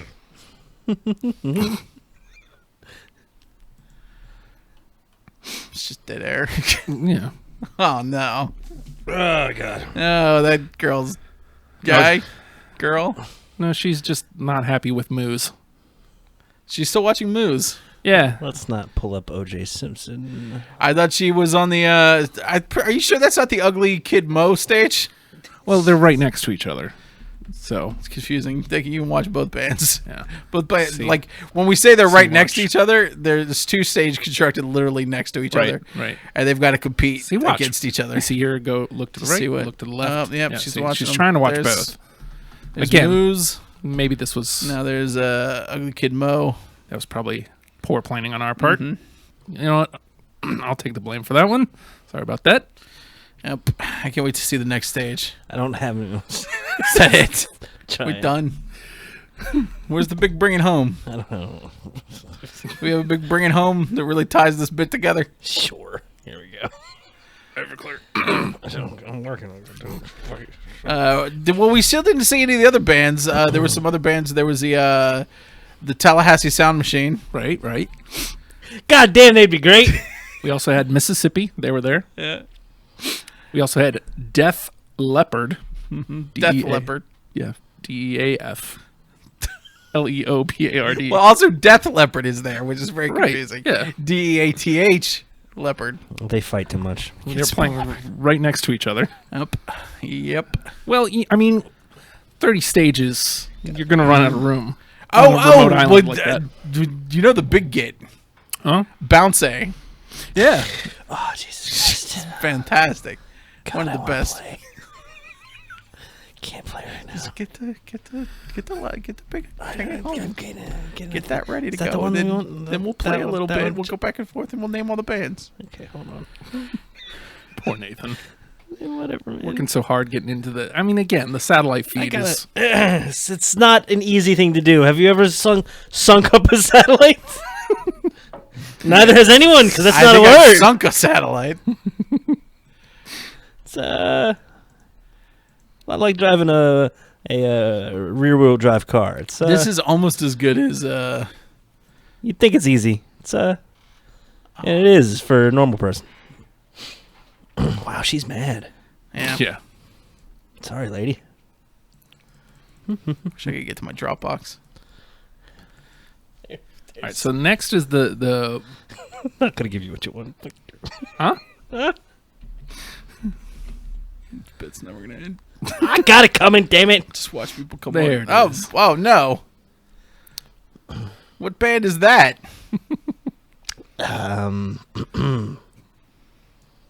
Hothouse Flowers. We actually got them. What to do? I don't know what to do here. Here, I got it. Are you ready? Yeah. There it is. Now here's the main stage. What's on the main stage? Everclear? A mansion. Everclear. You guys didn't know I got Everclear? No. I can buy you a big house. See, And look, there's a big house back right. there. There it is. It's a very expensive stage. We all happy with this? We got Geggy Taw and Everclear. That's pretty big. $2,000. You know, maybe we should have a big bank account here. I can't believe enough people bought those tickets. They were like, "Hey, we got alcohol, we've got bands. Cheese What else? sandwiches. What else could we possibly need? I don't know, man. How about a way home? Yeah. Electricity and maybe the band show up. We don't provide any of those. No. I can't believe you thought we would. Yeah, that's... Nathan, what bands are you excited to see? Am I Son of excited a to see? bitch, you want to play? Yeah, What? There's a couple days left in the I festival. don't Yeah. want to play. I'm fine. It's cool. Nope. You're going to play.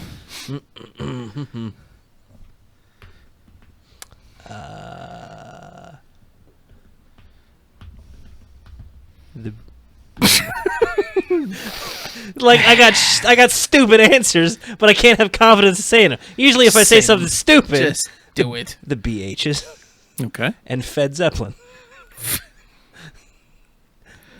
Because I'm feeling fat. Because Blaine Stewart's all handsome and shit. And I had his picture under me for so long. It's like, oh man, come on. Fed Zeppelin. They're hard to feed. You let the air out. You try to stuff too much in there. God damn! You know what? I've never really looked at Everclear before. I don't like him. No, none of us like him. Who do you think gave you that house? Are you doing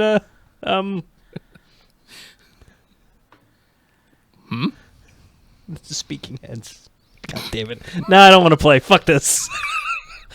Okay. Screw your bit. Get out of here. Beat it. Let's take a break. Good thing we didn't fly down there because there's no flights back. Yeah, I'm not. And trying no to boats go there. or houses or electricity. This looks like a bad idea. Let's just. Who doesn't want an acoustic Everclear set?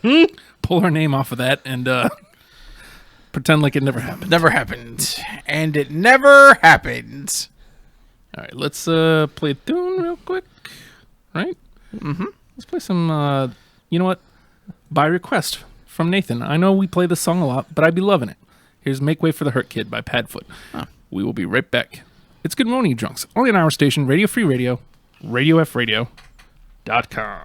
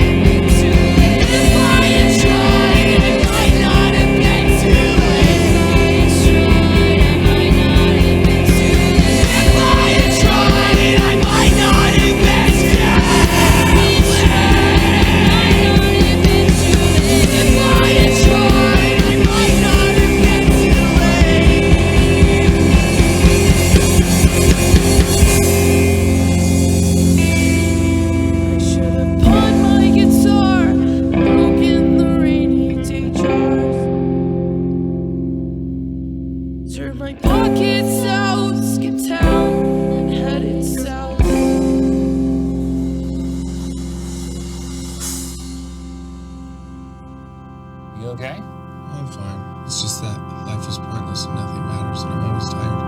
Also, I can't sleep. I'm overeating. Running on hops.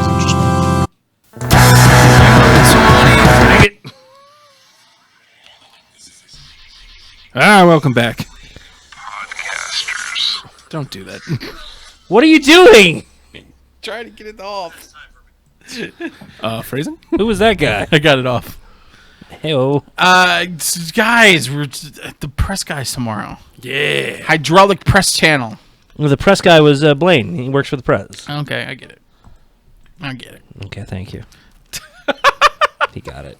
Justin, he got it. Good. I get it. Yeah, but tomorrow we've got tomorrow at 10 a.m. because you've got this. Me and Sir would love to. We would absolutely love to be the guys that are. To be fair, it's a popped booking. It's a popped booking, but because of the timing, we're field reporters. Justin, look at us. We need you guys to step in and interview for us because we've got to get these guys. Finland. Me and Sir are addicted to these guys. We know the hydraulic press channel. We've got the Slack channel we all talk in, and every time a new one pops up, one of the two of you goes just bananas. It came because new press. Well, by the end of the day when we were working, we would get so frustrated that we needed something to release the tension. So we would do like red hot nickel ball. Yeah, which is this red hot nickel ball that would just burn through shit. It's a ball of nickel. That's And apparently, the guys that do hydraulic press channel. Red hot? No, we did not say that. No, we did not. Those guys were actually influenced by Red Hot Nickel Guy, and they started doing the hydraulic press channel, which is infinitely better. Yes. No offense to the Red Hot Nickel, because Red Hot Nickel ball is awesome. But if you could take awesome and you can go eat like 30 times better than awesome, then you've got the hydraulic press channel, and everything about this is just perfect and awesome. Yeah, man. I've been going through a lot of them because I've been a casual fan, but I've been trying to figure out what makes them special. Their videos are not that long. No, they don't do the 10-minute fill it up with garbage. No, they don't do a lot of tease. They give you a lot of content really quickly. Yeah, and there's so much joy. So much joy. They love what they're doing. Just a happy finish, man. I just want to go to Finland now. Nah, man. They seem so depressing. awesome. They do. They seem great. I'd rather bring them here than us go there. Okay. There are plenty of things to press around here. We were looking at her blog today. His wife does a vlog. So it's I'm never going to pronounce the last name, but it's Larry and Annie, right? Mm-hmm. Get in the last name?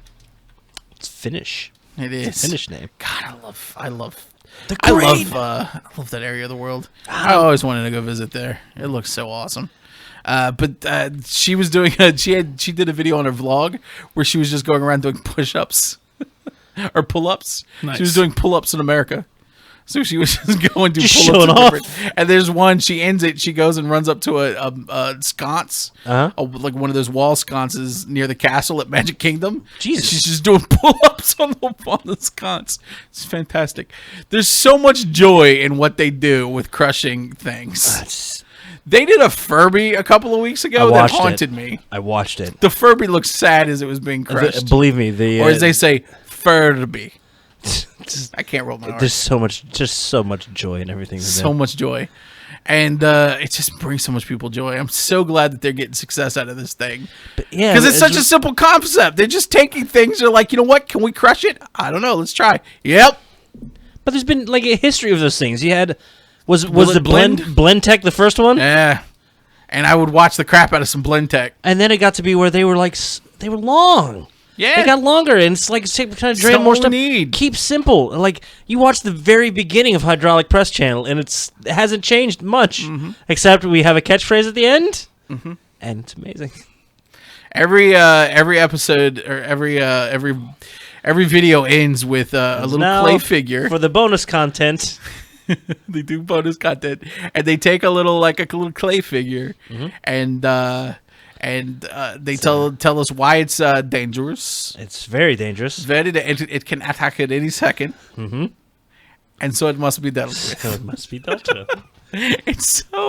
There's so much joy in these videos. I'm going to feel bad asking him to say, Radio Free Radio is very dangerous and could attack at any moment. Please do. Please have him do that. And we got to make sure we have God. It must be space dealt with. around it. So I'm going to masturbate to it. Okay, that's independent of it. Right. Oh, I'm sorry. Yeah, I can't wait. Hydraulic Press Channel is one of my favorite. I'm so new sad to this YouTube. That you and Sarah can't be here for that. Because it sucks, but I mean, I thought about taking it. a personal day. I know you did. I thought very hard about it. I love it. I like it. but you guys are like, uber passionate about it. It's ridiculous. We are definitely super fans. So we'll be listening. It's the only time I see Sarah curse in the chat things is when she'll put in all caps, "Meet the press, motherfucker." Oh, because you aren't in Popped.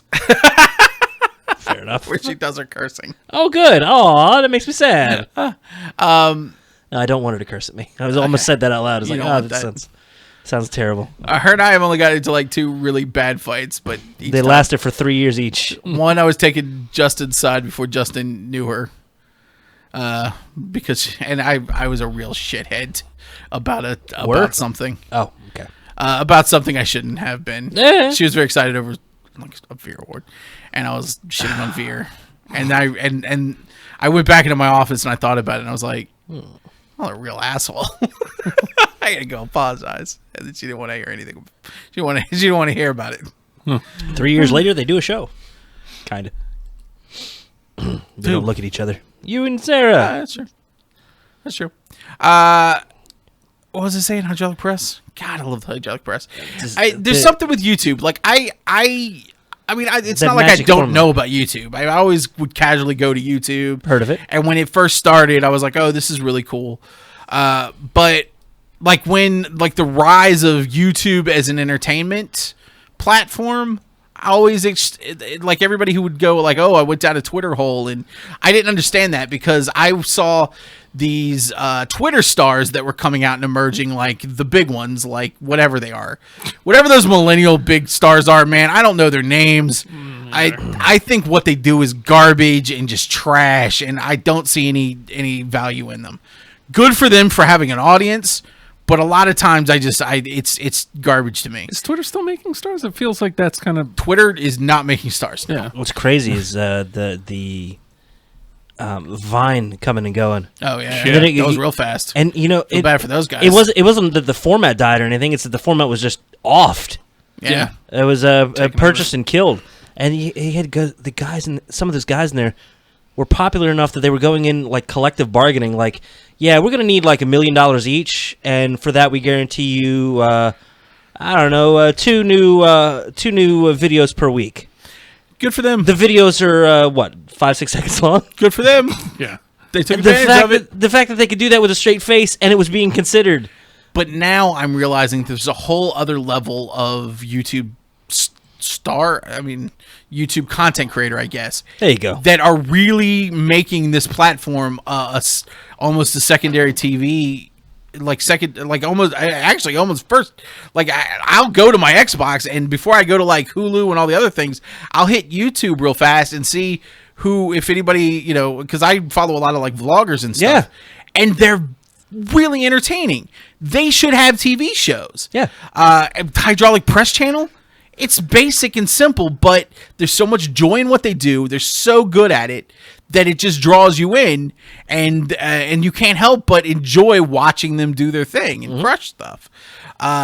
There's a couple of vloggers, Adam the Woo I watch, which the fact that I think they can he drives Justin nuts. The fact that they can break the format of what we've come to expect from television, give a shorter form content, and not have to be wedged into some of the programming somewhere, and not have to be programmed in with other stuff or fit. They're their own entity, and like their own little platform within a platform. This Adam the Woo, he right now he was doing a lot of Disney stuff. That's kind of where I found a lot of these vloggers. No shit, is because I just love watching them go to the parks, and it just makes me happy. Because whatever, the parks make me happy.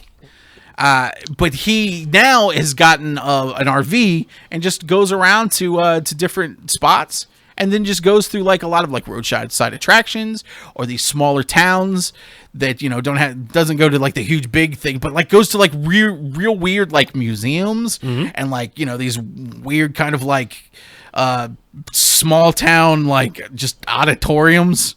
Like these weird wax museums that it's like Max Tussauds, Madame Tussauds if she lived in a small Georgia town and didn't have access to talent.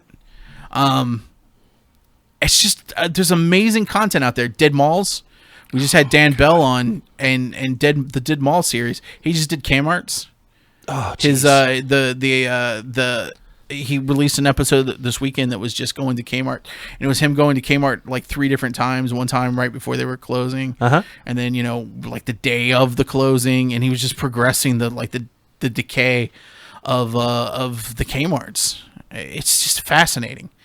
It's fascinating stuff, and it's presented in a way that a TV executive would have never put together for a TV show because it's not polished, but at the same time, it is polished. Like it's polished in the way, like the way Dan Bell like presents things. Mm-hmm.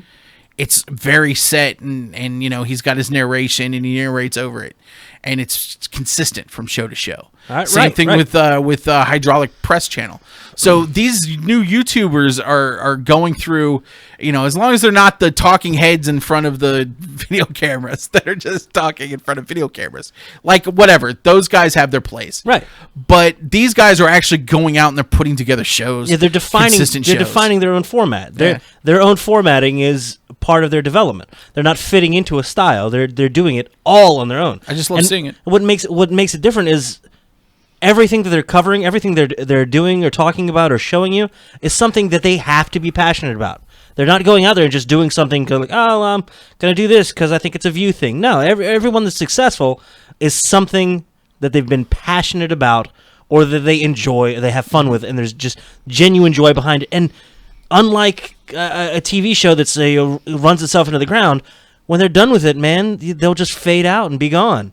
Yeah. And you get the purest form of entertainment for as long as it's good for them, and you're getting the maximum amount of entertainment out of each individual. I wish YouTube did better at monetizing and growing that talent. They've gotten worse. They've gotten worse. They're shutting out smaller dudes. Like, you guys think I'm joking. I wish we could create our own television station. I wish that we could create a television station kind of like how that like Maker does and Machinima or whatever, right? And send it out to all these streaming platforms to be part of the content, right? Like the PlayStation View and all these other things. I wish we could do our own platform and our own TV station and take people like Dan Bell but like people like that and make shows around it and do like these low budget DIY shows that reward people for watching and are very interactive. I really wish that we could find a way to. I mean, that's really what we're transitioning Radio Free Radio into being. Yeah, we're not that far off either. We're not far off. It's really logistically we've got to figure some things out. Yeah, but I mean, if you watch Radio Free Radio on a weekly basis, we are basically putting on. I mean, it's a very basic television show. Sure. It's people sitting around tables and talking in front of microphones. But we're getting closer. We're getting closer. Like, when Thursday rolls around and something happens. May the 1st be with you. Nice. But when you see that and then you think, why can't we do that more often and with more things on the Radio Free Radio platform? Right. Then the picture's terrifying. That's the piece.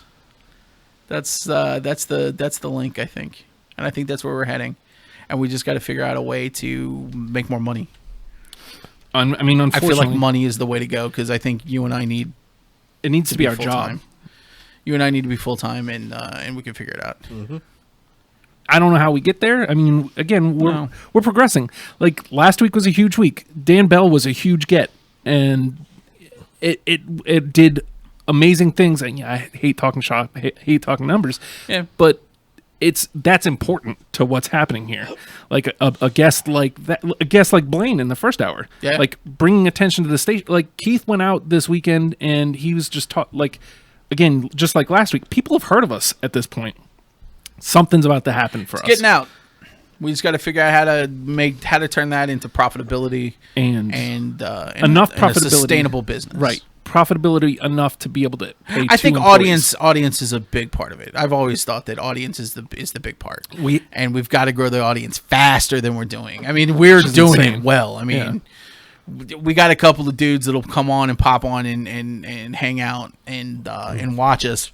I got a robot. We got to find a way to I don't think you do. We got to find a way to grow that and to make it bigger and bigger and thousands of people. Unfortunately. And we got to have what the reach that we got Thursday or Tuesday with Dan Bell. We've got to get every night. And once we do that, we're fine. Because I mean that video got like 4,000 views in that hour or so while we were watching. And it didn't get to keep growing because it had to get pulled. Which is my fault. No, my fault. You know what? We made a mistake. I'm not going to say what the mistake is, but it was that's aside from the point. Stupid mistake. Yeah, but that happens. We're growing. We're learning. We're And- learning, and we're doing a lot of these things. A lot of these things are new to us too. So, you have to understand that. But I think we've got some things coming up that off the air. I think the off-air content and the video content is going to be growing, and you're going to be seeing more of that. And we're trying to integrate and do more stuff, do more of what we can with everything we do. Like we've got Angst coming up on the Friday, right? 1701 down at the 1701 Baltic Avenue, Virginia Beach, Friday, right? Yep. And we're going to be, down there with the camera. We're going to be recording as best we can. We're going to try to find a way to get that content out on as many platforms and in as many platforms, out on as many distribution devices as possible. I just thought of something for us to do after Angst. See, this is what we go. On Oh Jesus. Oh yeah. Yeah. Guess who's in town? Oh. The Search for Jericho. Look him up, man. You were trying to think of what to put in there? I couldn't think of anything for you. Oh, is he in town with Fozzie? Yeah, for the luau. Is that something we can find? No. No. Doesn't mean we won't. That'll be fun video content. The Search for Chris Jericho. Maybe shoot him a message. We'll be in Virginia Beach. Maybe shoot him a message. I did tweet him, and he ignored us because that's what people do. Check it in. You know what? I'm going to go ahead and put the appeal out there.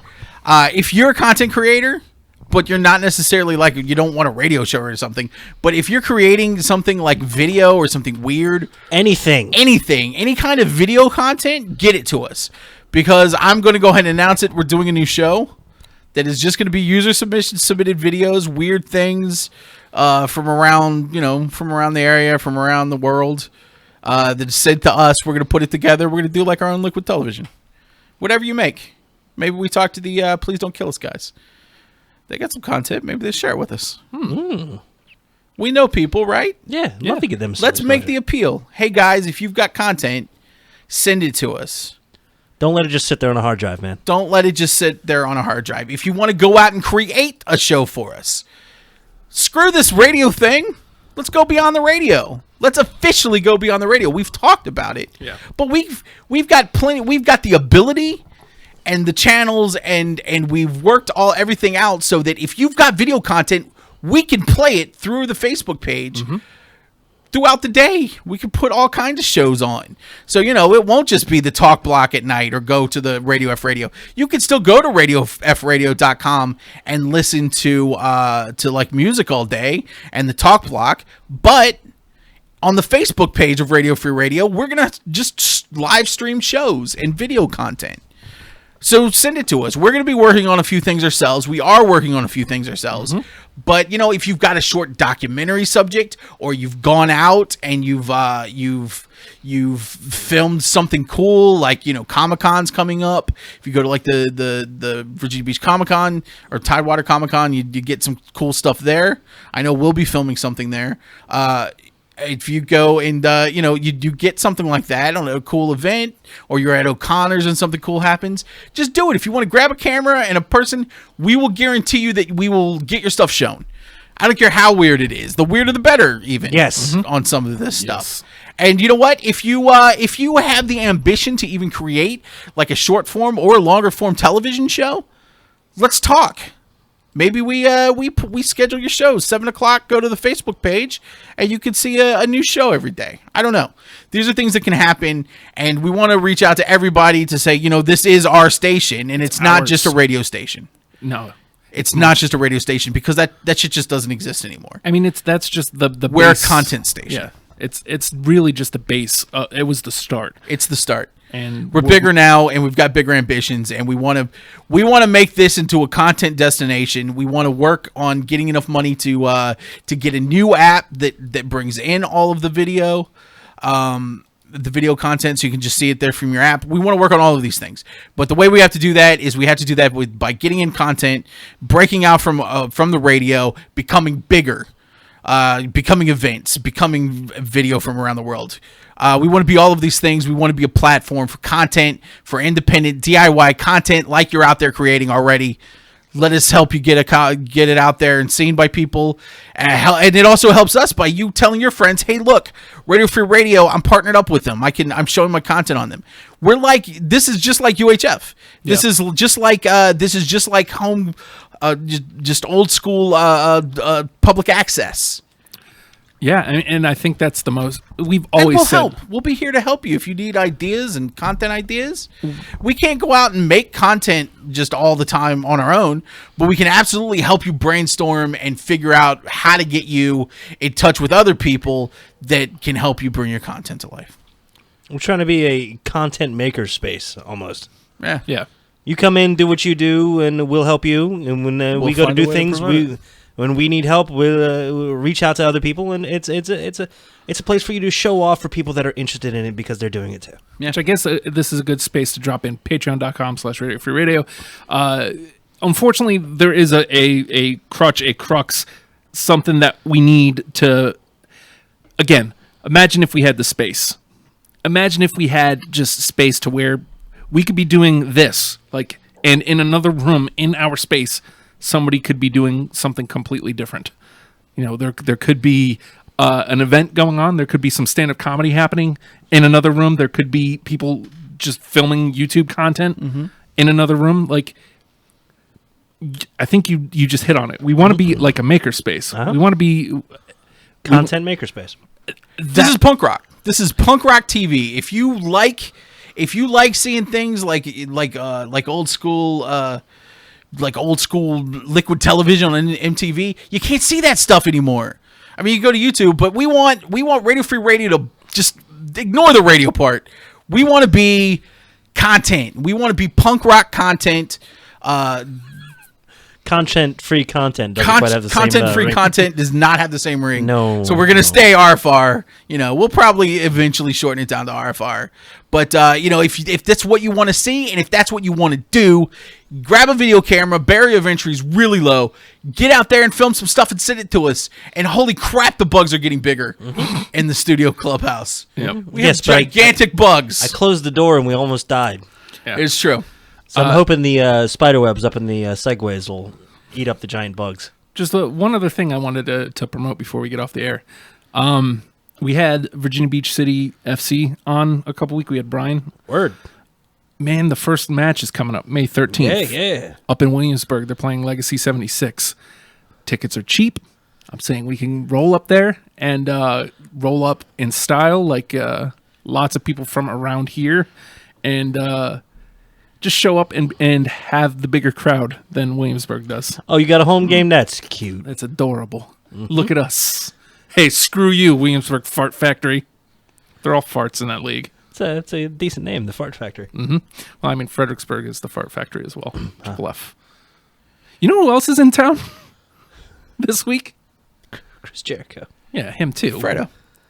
Fredo's in town. He'll be here tomorrow. He's out doing the karaoke right now. He's doing Okie right now. Okie, is that what he calls it? He had to find his Okie. Yeah, he's there. He's doing his Facebook Live things from Perfectly Frank. I was there like 20 minutes before he was there. Son of a bitch. Guy Fee. Oh, Jesus Christ. Guy Fee's in town. Because his jank I don't is know opening up. why the mayor of Flavortown doesn't want to come do our show. I don't know. Maybe because we call him Guy Fee. Oh, we didn't make fun of him that bad. We're not making fun of him. We love what he does. How many hours of diners, drive-ins, and dives have you watched? he didn't I edit can't that count. show. I cannot count. The appeal is the food and the dives, I think. I love Triple D. That show is amazing. I want to be like, oh, Guy Fieri. I bet he makes terrible food. Screw that. I bet he makes food I like. I bet everything he makes. I bet donkey sauce is awesome. I don't care. That is probably good food. Oh, I'm sorry that what's his name? Fancy guy. Bourdain? Yeah. Yeah, Bourdain don't like Sorry that Anthony Bourdain does not like his food. Yeah, he probably wouldn't like us either. Anthony Bourdain. I don't know. God, do we have more in common with Anthony Bourdain Bourdain or seems. I don't know. Probably Bourdain. Food-wise, probably Guy Fieri. You. Food wise, probably Guy Fieri. But Anthony Bourdain was like. Have you ever read Kitchen Confidential? No. His book is really good. Yeah. A lot of drugs. Oh. God, Anthony Bourdain did a lot of drugs, a lot of partying.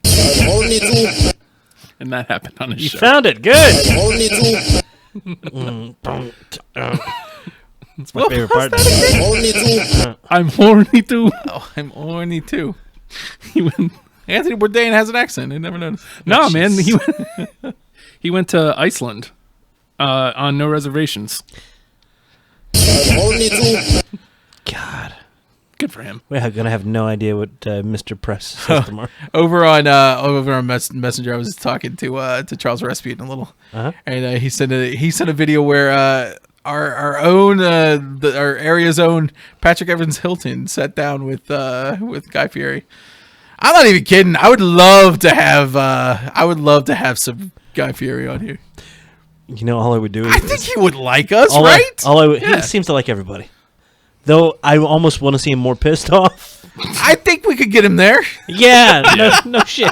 We can get anybody there. I would flip the switch. I would set up like 30 cameras on him and just keep switching every second. Hey, Mr. Fee. It's not his fault. His show's edited that way. He might have a hand in it, but it's like click, click, 1, 2, cut, 1, 2, cut, 1, 2, cut, 1, cut, 1, 2, cut. Oh, that's all I would want to do. Transition. Just keep calling him Mr. Fee. This week, I'm heading down the coast where I'm going to check out one of my new favorite locations. My location in Waterside at FK. At Flavortown. It's not Flavortown comes to Norfolk. He would say it right and enjoy it. Of course he would. Yeah. I wonder if he did a triple D while he was here. Sorry, we didn't get the. I didn't get to check Blaine Stewart's Norfolk pronunciation. Oh no! It sounded good. It went right past me, so it couldn't have been so bad.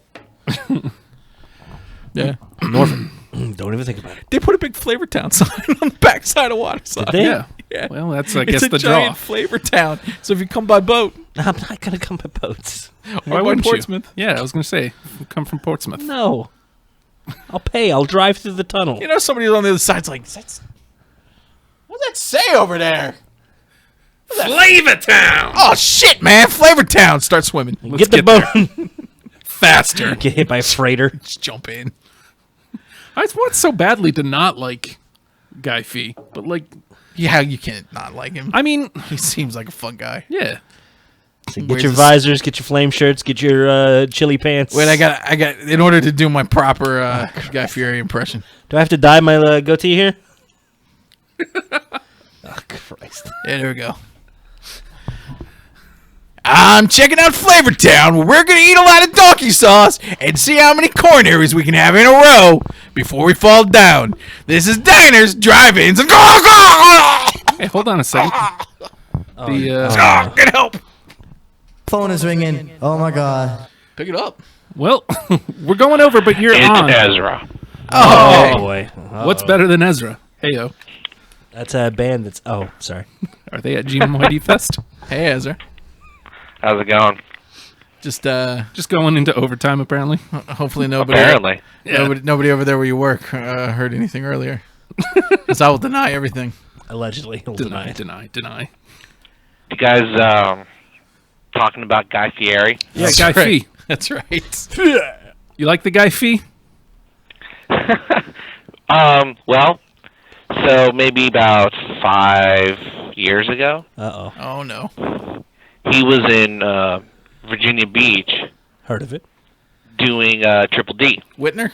Whitner's. Whitner. drive-ins, and It was dives. It was at Whitner's. I remember that episode. Maybe And a friend of mine worked over at the ABC store that was directly next door to Whitner's. Uh-huh.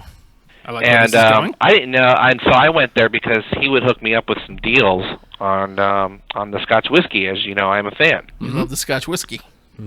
So I show up there, and they are shooting Triple D, Oh, I thought you could say heroin. and that stupid convertible car that he drives around in. That Camaro, it's Parked fantastic. I love that car. outside. Yeah. And so I go inside, and I'm like, is that? He's like, yeah, they're shooting that show next door. I was like, oh shoot! And now I'm also a fan. I like the show. It's fun. I don't know how else to explain it. Oh God! I like food. Okay, I'm gonna come out and say it. I like food, and when I watch that show, I make noises. I just sit there and I go. Oh. Here's how I describe it. Sometimes it's nice to just put something on that you don't have to think about. Uh-huh. Yep. I don't have a plot to follow. 1, 2, cut. 1, 2, 3, cut. Well, I also don't have to worry. Cut. I work while I watch. I don't have to worry about how many points are on the trident. I can just the answer 5, and it's okay. I can just sit back and just let it happen, right? So he comes out, and apparently there's like PAs and all these other people that would like chime in and tell people not to walk outside at all while they're shooting. Mm-hmm. Okay. And apparently at one point that they emphatically informed everyone at the ABC store, if you see Guy Fieri, do not talk to him, make eye contact, or do anything in any way, shape, or form to communicate with him. Because he's like a chimpanzee. He has a quote. He has a cold. Oh, jeez. Yeah, but that's a PA saying that. Just making up some stuff so you don't ruin their whatever. Yeah. No, he's like a chimpanzee. If you show him your teeth, he'll rip your face off. Mm-hmm. And he knows where the soft tissue is. It's ears, it's throat, it's testicles. Just behind that skin is Flavor Town. That's true. I think it was trying to tell us not to talk to him because he doesn't want to talk to normies. He's a bad person. Oh man, I can just tell. That bums me out. I don't think he's a bad person. Well, actually, I know for a fact he is a bad person. Oh, I won't. He's got more. I don't want to tell the story the other story I know on the air. But wait. Was it recent? Please tell me it was recent. It was recent. Did you meet him because of your job? It's not my story, so that's why I can't tell Fury's? If it was my story, I would tell it. Oh, is it Chris Reckling's?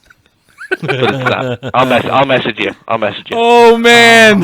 Okay. Wait. Hold on. I can't message you. You're terrible about keeping secrets. I keep real secrets. I haven't blown Thursday's secret. It will be on the air so fast. I wouldn't, because if you don't send this to me, I'm gonna lose my mind just thinking about it. I gotta know this. You'll immediately go, I got a secret. It's not true. I will immediately. No, see, as long as I tell somebody, so it'll pop up, and I'll immediately tell Nathan and Justin off air, and then I'll be done.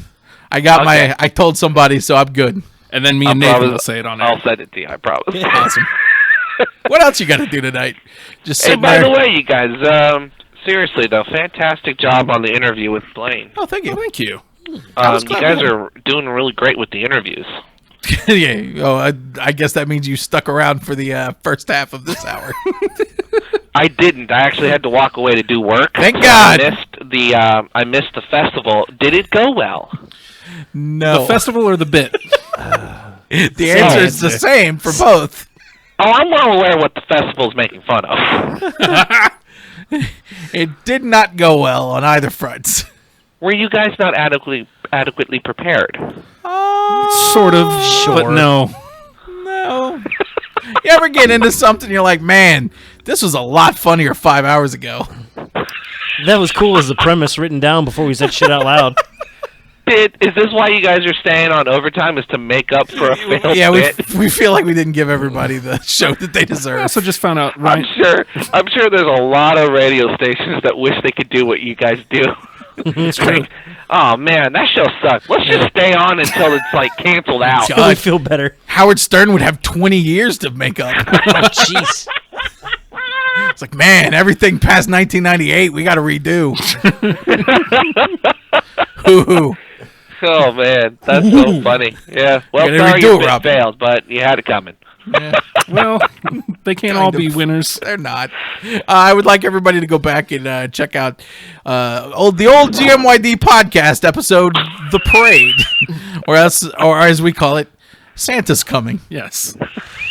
Because that's a full episode arc. It's a full episode. That bit worked. Oh, Jesus. You guys are a rarity. Few shows direct people towards their worst material. You know. You're like, guys, if you really want to hear something bad, check out our back catalog. Nah, the parade episode's actually fantastic. Yeah, from front to back. Front to back. Tight 1 hour. Do you have any other superstar interviewees that are in the horizon? Hydraulic Press Channel people are on tomorrow at 10 a.m.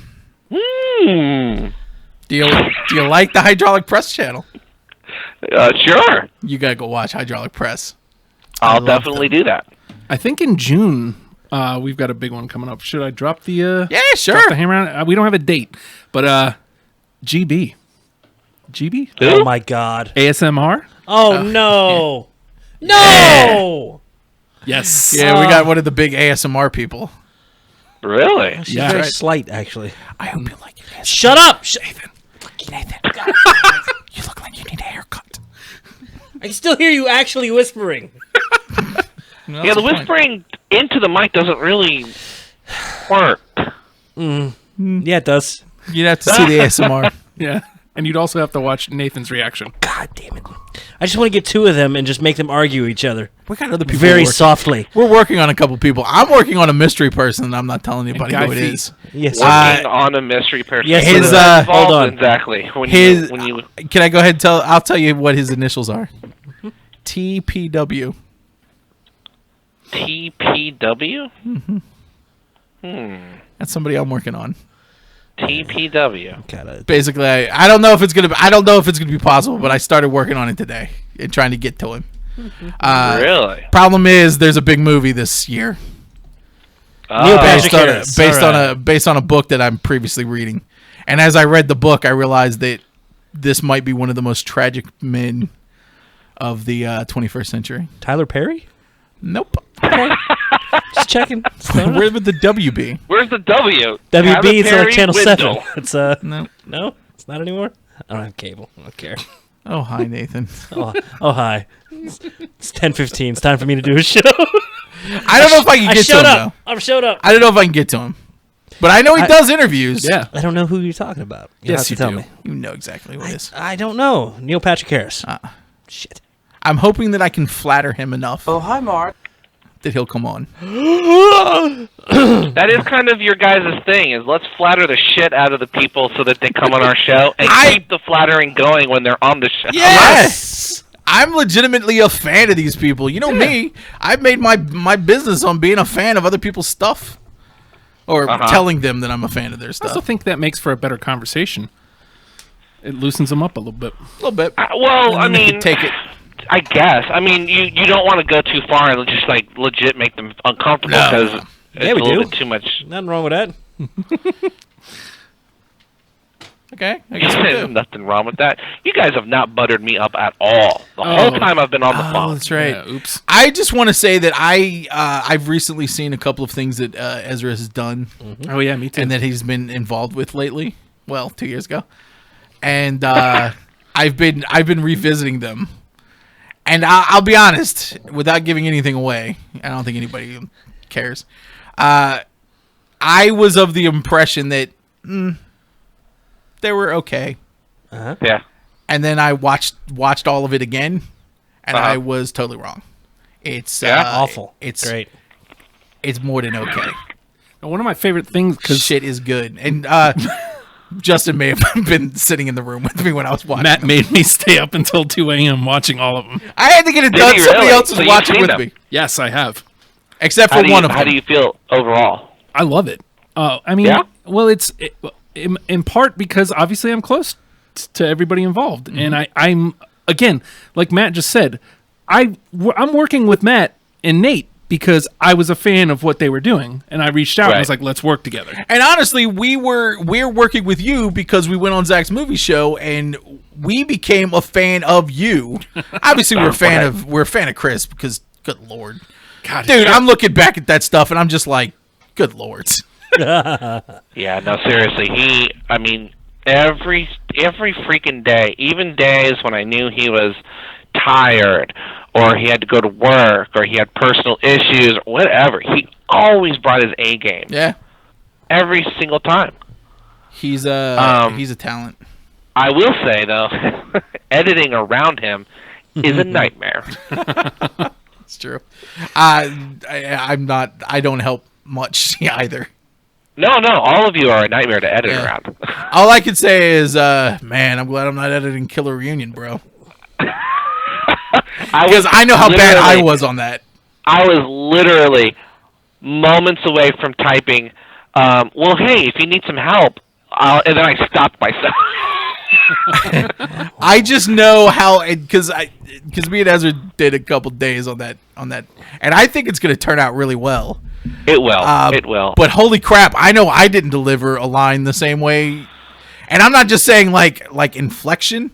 I mean, I didn't say the same words from take to take. But you know what? I actually did think, in observing Chris and Ricky, they actually stuck to it a lot more than Chris, at least on his part, normally does. That's right.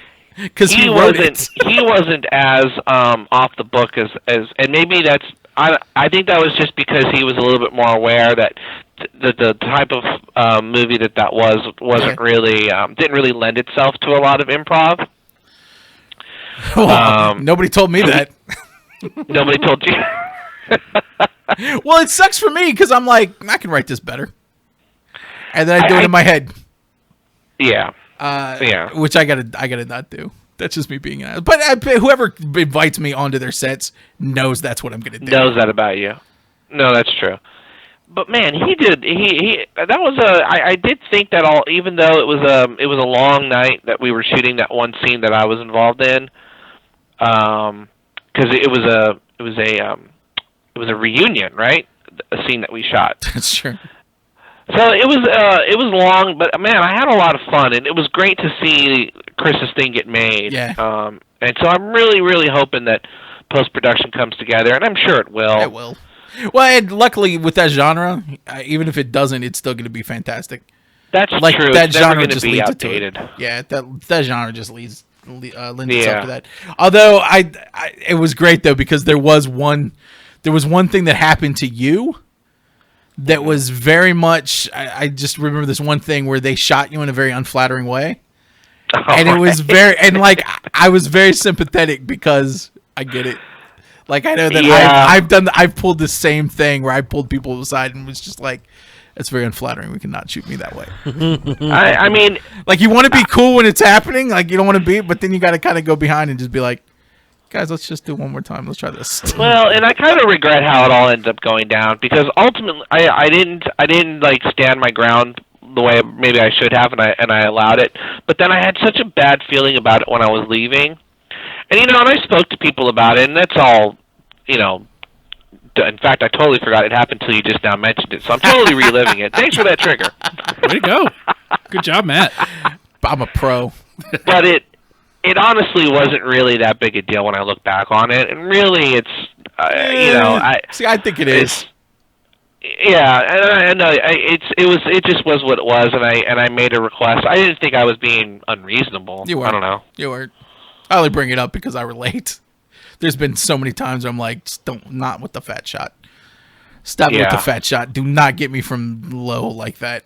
And now anytime Birchfield's got to do a shot where he knows will work, but he knows that I'll see the camera going low, he's got to come talk to me first and just kind of work me through it. He's like, look, I get it, but don't worry.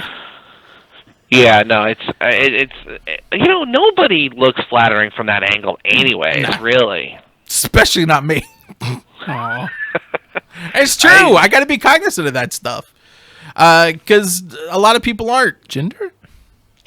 No, everybody does. I mean, and I know you've shot stuff. We've all shot stuff where you're thinking to yourself, this is going to look great, and all you're looking at is the frame, and you're not looking at your subject. Yep. Like that's what you need to pay attention to. What will this do for my actor? But also, if you're doing like a small time production, you need to like be aware of like your shelving and stuff, and like if you've got your shelves lit. But at the same time, you should also look at your frame if your subject is like, if you're two subjects and you're doing like a 2-shot, and your subjects are way to the right, like where one person is like half off camera, then you need to really pay attention to your frame, not so much your subjects. Just saying. You're listening to Frame Talk on Good Morning, You Drunks. The other drunks have gone to sleep. I hope this means that getting up late is not going on tonight. Yeah, I was going to say, Ryan texted me and said they're not making it tonight. So. If you're expecting getting up late and fun talk with two local comedians, and instead you've got two filmmakers of varying degrees. Two hacky filmmakers in the Hampton Roads area talking about framing. I had a fun meeting today about, drones. Everybody wants the commercials shot with drones. I'm like, yeah, that'll be way easy for me to shoot because I don't have to shoot it. I'm like, give me 8 hours to edit it. It'll be fine. Oh my goodness, that's so funny. Yeah, but I do want everybody to pay attention to May the 4th. I'm not saying exactly what's happening, but we will be doing something for Star Wars Day that I set up today that looks awesome. Like it looks. Yeah, did you get a chance to see the test? The what? Did you get a chance to go see the test stream that I ran? I have not yet, no, because when I was brought up to speed, I was cutting traffic. When I finally was aware of what was actually happening. Yeah, it's going to be awesome. Also, I don't know if you heard earlier, we're looking to beef up content from people who aren't us and that aren't radio shows. So we're going to start doing a lot more content stuff during the day and just weird things and maybe even TV shows that don't get sold. Let's fingers crossed on selling. Well, but if they don't get sold. There's also a couple ideas that we've been tossing around. That off air. Maybe on the other side of the other thing, we can get to work on. Angst? Well, what's the other thing? Oh, that thing. Yeah. I was actually hoping to record my podcast, but if I'm able to, I was going to drop a little hint as well on that. Yeah. We're just hinting. We're just hinting. We don't know what we're talking about, but something is amiss. If you're a super fan, then you probably know what's going to happen. Well, I only know of one of those. Yeah, we called her Catfish. Yeah. Oops. She's no longer a fan. We're not good people. Leave my robot girlfriend alone. This is so typical of you guys. You find out you have a super fan and you fucking crush it. Yep. We're good at what we do. What can I say? Sure, she was a catfish. It's like, we have a super fan. That's fantastic. You're fucking fake. That's almost verbatim, actually. That's really what went on Friday night. You must not exist. Oh, bad. Not good people. Not good people at all. We just want to do a show for the peoples. That's classic. God. Are we done being in the heat, guys? I guess. Are we just going to 11 now at this point? Oh, dear God. Where are we? Well, it's 10:30. 10:30. That seems like a good place to stop. I don't know. You guys have committed. I mean, you might as well go to 11. I think you should do it. The show does not go to 11. Because it's giving me something to listen to while I'm at work. The show gets listen to what's next. Lots of local music, local tunes, indeed. Look at Nathan putting up the May the 4th up there in the. Oh no! I just found this picture online. I just put it up there. No big deal. Weird. That's us, isn't it? I just want to say I'm glad your heads are 2 different sizes. I can find the fixed one. God damn it! Don't use the fixed one. No, the fixed. Don't use the fixed one. That's it's confusing as fuck. That's incorrect. The fixed one makes it doesn't work. It looks like you're the same person. Yeah, that's why they made. I'm guarantee you that's why the design decision was made. That's exactly why. Yes. They don't want people to think you're Bill Bixby. They don't want anybody to think that Luke is both Luke and Kylo Ren. That's confusing. Because you know that discussion happened during a marketing meeting. Yes. Yeah. Trust me, that poster went through a lot of meetings. No. They can't be the same size, guys. People are going to think they're the same person. By the time it hit Mickey's desk, he was like, oh! Approved! Good Lord. Yeah. Oh, Disney was mentioned. Take a drink. Oh, I'm out of coffee. Oh, gotta get some whiskey. It's a real game. Luckily, Nathan brought an entire bottle of Dr. Pepper. That's the second one. Just get delicious. You drank 2 bottles, 2 liters of the Dr. Pepper out That's here. pretty silent What? during the interview. Holy Shut up. Nike. We can get you water. Nah. Well, like out the Coffee. Out the toilet. I drink On coffee another too. I'm note, fine. in line with your failed bit, I would like to say that that reading up on Fire Festival has been an Was the best. absolute treat. Wasn't that the best? There was some. It really was. Hold on, I gotta get into my Slack. So what is it like? Those tickets were like what, 12,000? Oh my god! They were in- Some of them were upwards towards 6 figures, like 300,000. That's ridiculous. I'm still not 100% sure as to what bands were playing. Well, I think Snow was playing. Blink was on. Blink 182 is the big one. Yeah, they were on the bill, but they pulled because they found out what was happening there, and they're like, "Yeah, Well, they we're pulled not going." because they didn't get paid. That too, Oh man, which can't blame them. There's like here's no a- way to escape either. And exactly, that's the whole hilarious part for me. here's my favorite tweets that went out about Fire Festival. How many times has "Do you know who I am" been screamed in the face of a very frustrated and confused Bahamian?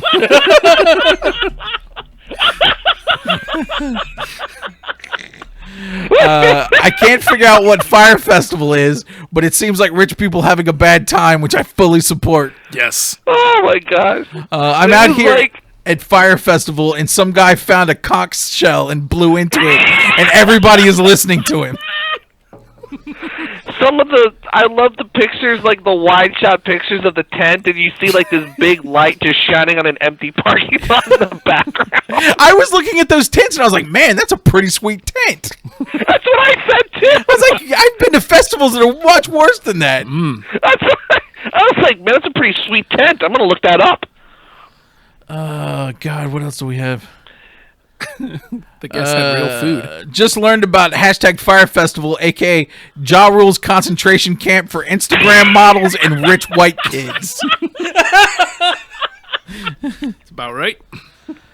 So I read an article. They're being sued for $100 million. Oh God, They don't have that. nah. They don't have that at all. God, what do you think they spent that money on? Because it was spent on something.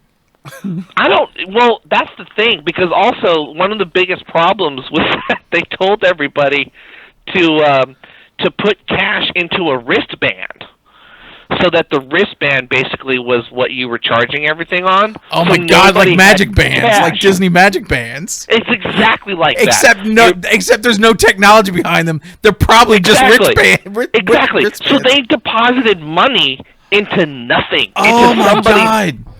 Yeah. Did they get fleeced? So they were like, okay, I'm gonna throw a couple $1,000s into my wristband so that I can just have them swiping scan and that, and and that of course never happened. So they get there and they realize that these bands are like nothing. Like you should have known, like a paper wristband wasn't going to be hooked up to some bank account. If they ever even handed those out. Oh my God! It sounds like they just walked off the plane straight into the... Somebody was like, you know what? I went to Disney. They had these magic bands. I didn't have to use cash. We should offer that. Like, cool. Okay, let's offer that. And there was a lot of people who were saying that the first red flag that they got was that when they would try to contact the website's concierge email about logistical questions, they never got any answers back. I gotta tell you, the more you talk about this, the more I just want to slap these privileged fucks in the face. The concierge part of website me doesn't want to necessarily blame the people who went You can't. because they were under the impression, according to the website, that they were going to something great. Well, I get it. You But- pay that much money, but then when But you the hear problem- concierge website, Well, I know. Well, and that's the thing. It's like the problem is that the irony has not been lost on anybody that they spent an enormous amount of money to be able to attend something, only to be treated to the same amenities and food conditions that an enormous amount of people who live on the Bahamas deal with every day. probably better though. Like probably still better, because I'm telling you, I looked at those tents. And I was like, I don't see what the big deal is. That's nice of them to provide them tents during the festival. Yeah, that's true. And also, but the problem is that they were starting to like run out of food, run out of water. People are stuck on an island. Oh, yeah. It became Lord of the Flies. They were just chasing down fat kids and eating them. It probably would have got dangerous. Look at this. I heard they broke Piggy's glasses. The best in the best in food, art, music, and adventure is. Oh, see, it's right there in the last word. There you are, adventure. What if we It's not just a reimagined? festival. It's an adventure. Yeah. What if we reimagined what it means to attend a music festival? That's part of the That's pitch. pretty close to music festivals. They did. Did you hear what the inception of the festival was? Ja Rule and the other guy, McDonald. I don't forget what his name is. John McDonald's. McDonald. Yeah, they were both at the Bahamas taking a flight lessons to learn how to be pilots. Oh, fuck. Okay. And their flight was delayed, and they were near the site of where they ended up having the festival, and they just thought to themselves, hey, we should do a festival here. Wouldn't that be great on the beach? I don't like to blame the victim or anyone really, but everybody involved with this sounds like they had it all coming. Like legally, how it culpable really do you does. think they are? It was just an enormous amount of hubris to think that they could just do it without hiring a third party to just do it for them. They had the money. Yeah. All they had to do was like find somebody who had done this before and say, this is what I want. I want to have all of this really cool stuff. Here's the money. Make it happen. That's all they had to do. The amount of Ja pictures. Rule's just tearing tickets and telling people hold on to their stubs. It's the only way you're getting off the island. Right? The amount of pictures that were showing the guys that put this on, it was like John Ralphio and from Parks and Rec. Right. I forgot what the name of the thing was. And what was the Step Brothers one? The something worldwide. Oh, right. It's much funnier when you will see it. I know what you're talking. Like the pictures in my head are hilarious. The guy from Parks and Rec, was he the one who played Aziz's friend? Yeah. His John jerk friend? Ralphio. Yeah, I love that character. I forgot what the name of their entertainment thing was. I don't remember, but I loved that. Prestige Worldwide was Step Brothers. Yeah. Yeah. Boats I and don't hoes. remember what their whole thing was, but they were trying to throw a big party. At the Snake Pit. I'm sorry, I'm reading through the statement that they released yesterday. Yeah. All festival, It's nothing but hashtags. all festival goers this year will be refunded in full. We will be working on refunds over the next few days, and we'll be in touch directly with guests and more no details. shit. Now here's Yeah, also right. They're not refunding shit. Yeah. also all guests from this year will have free VIP passes for next year's next festival. year. Oh, cool. Book now. That's incredible. The audacity. That's hubris. That is just straight hubris. To say, so I this is fleeced these guys. I'm going to fleece them again. There's this other great article, and actually, in case you haven't noticed, I've read a lot of articles about this. There's this other one I read where it was a first-hand account from somebody who was actually on the staff for about 5 days. Because a friend of theirs, he works in New York, and he was asked if he wanted to come work on this big festival thing. And he was like, absolutely. So immediately when he got there, he realized that he had made a horrible mistake, and he quit as soon as possible. And one of the things that he mentioned was that he was suspecting, him and the other people who were there working on the island trying to build like what they were trying to do from nothing, was that they realized that what they suspected was that the people who were heading it all up, Ja Rule and the other guys, they realized that they weren't going to be able to put the thing on this year, and so they were simply trying to make it as good as they possibly could in hopes of building enough reputation for it to do it right the next year. See, now I have sympathy for them because that's the But first what year they of Radio didn't Free take Radio. into account was how many people were actually going to come.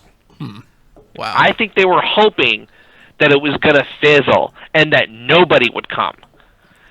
Surprise. And then they would be Surprise, like, yeah. okay, all right, so sorry about this year, but we're going to really do it next year. Well, it's really interesting though because it brings up that whole thing with using influencers, and because that's like the new buzzword for using like the it kids and stuff.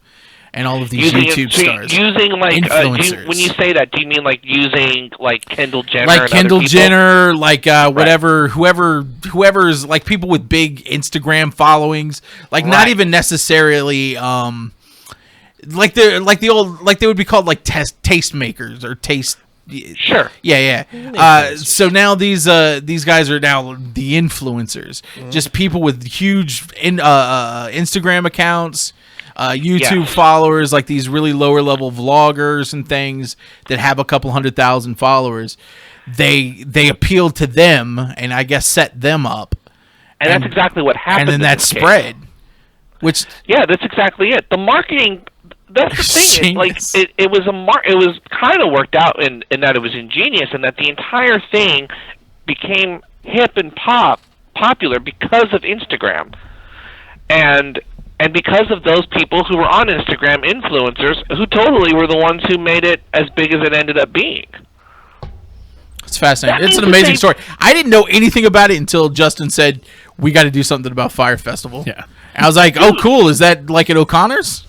I'm yet to see any mainstream news organizations do a single story about it, and I didn't hear about it until it was already happening on Twitter. You guys didn't do anything on it? No, nothing. That's crazy.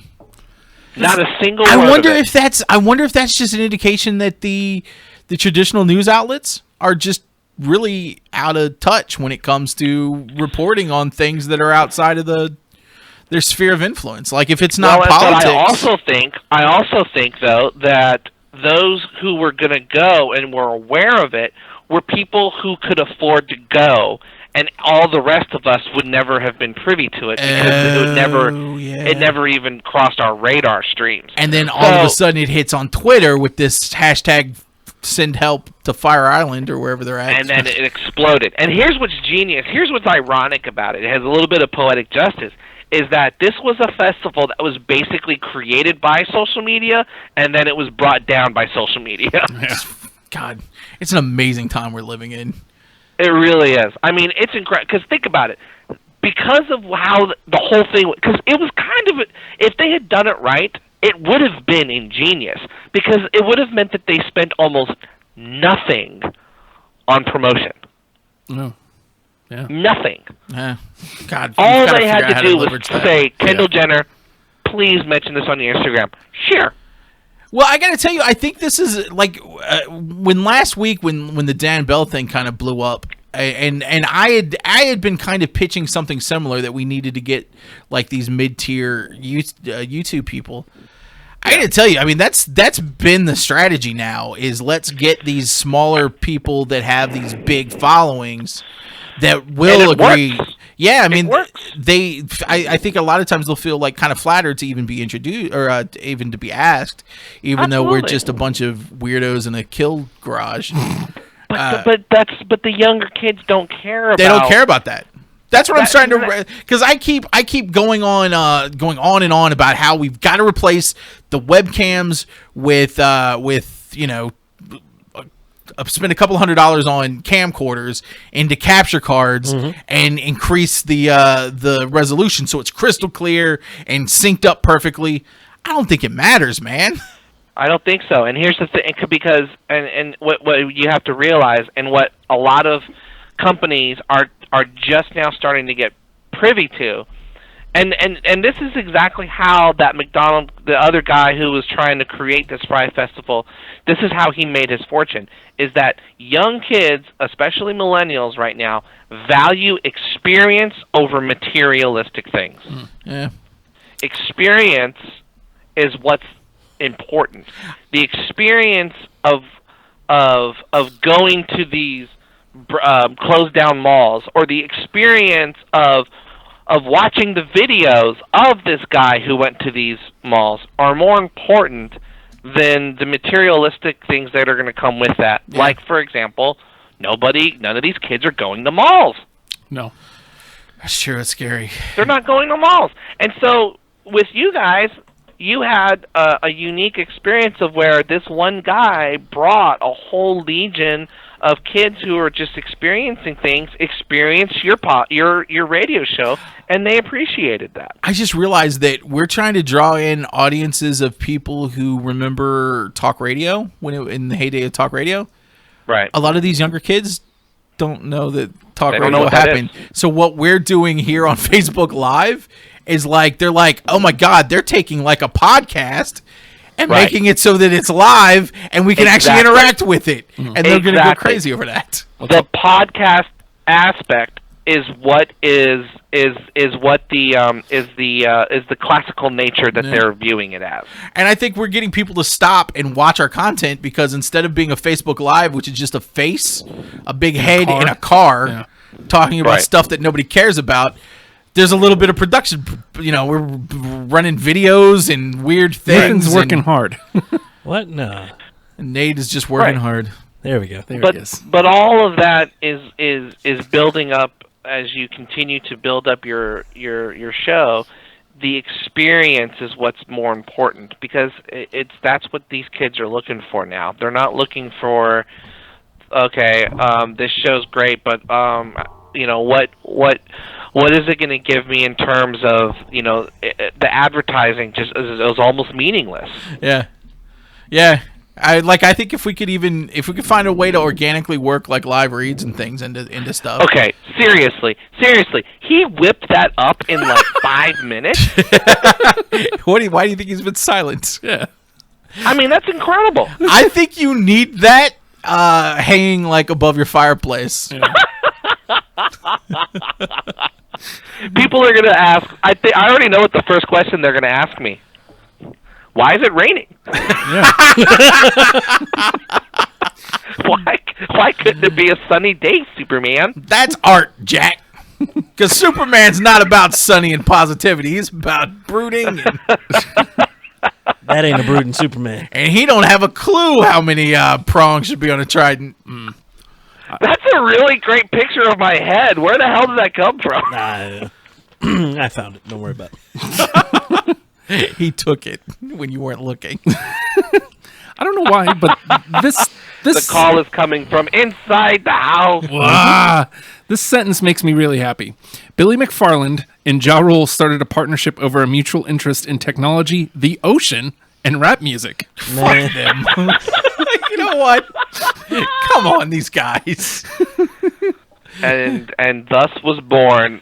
So Ja Rule's into rap music? No way. I think, Justin, I remember that exact line. I'm pretty sure you're reading the same article I read. The Hollywood Reporter. Yeah, Gil yeah, Kaufman. absolutely. I think I read that. Absolutely. I'm pretty sure that line was probably pulled directly from the website. Yeah. Oh, God. I hope.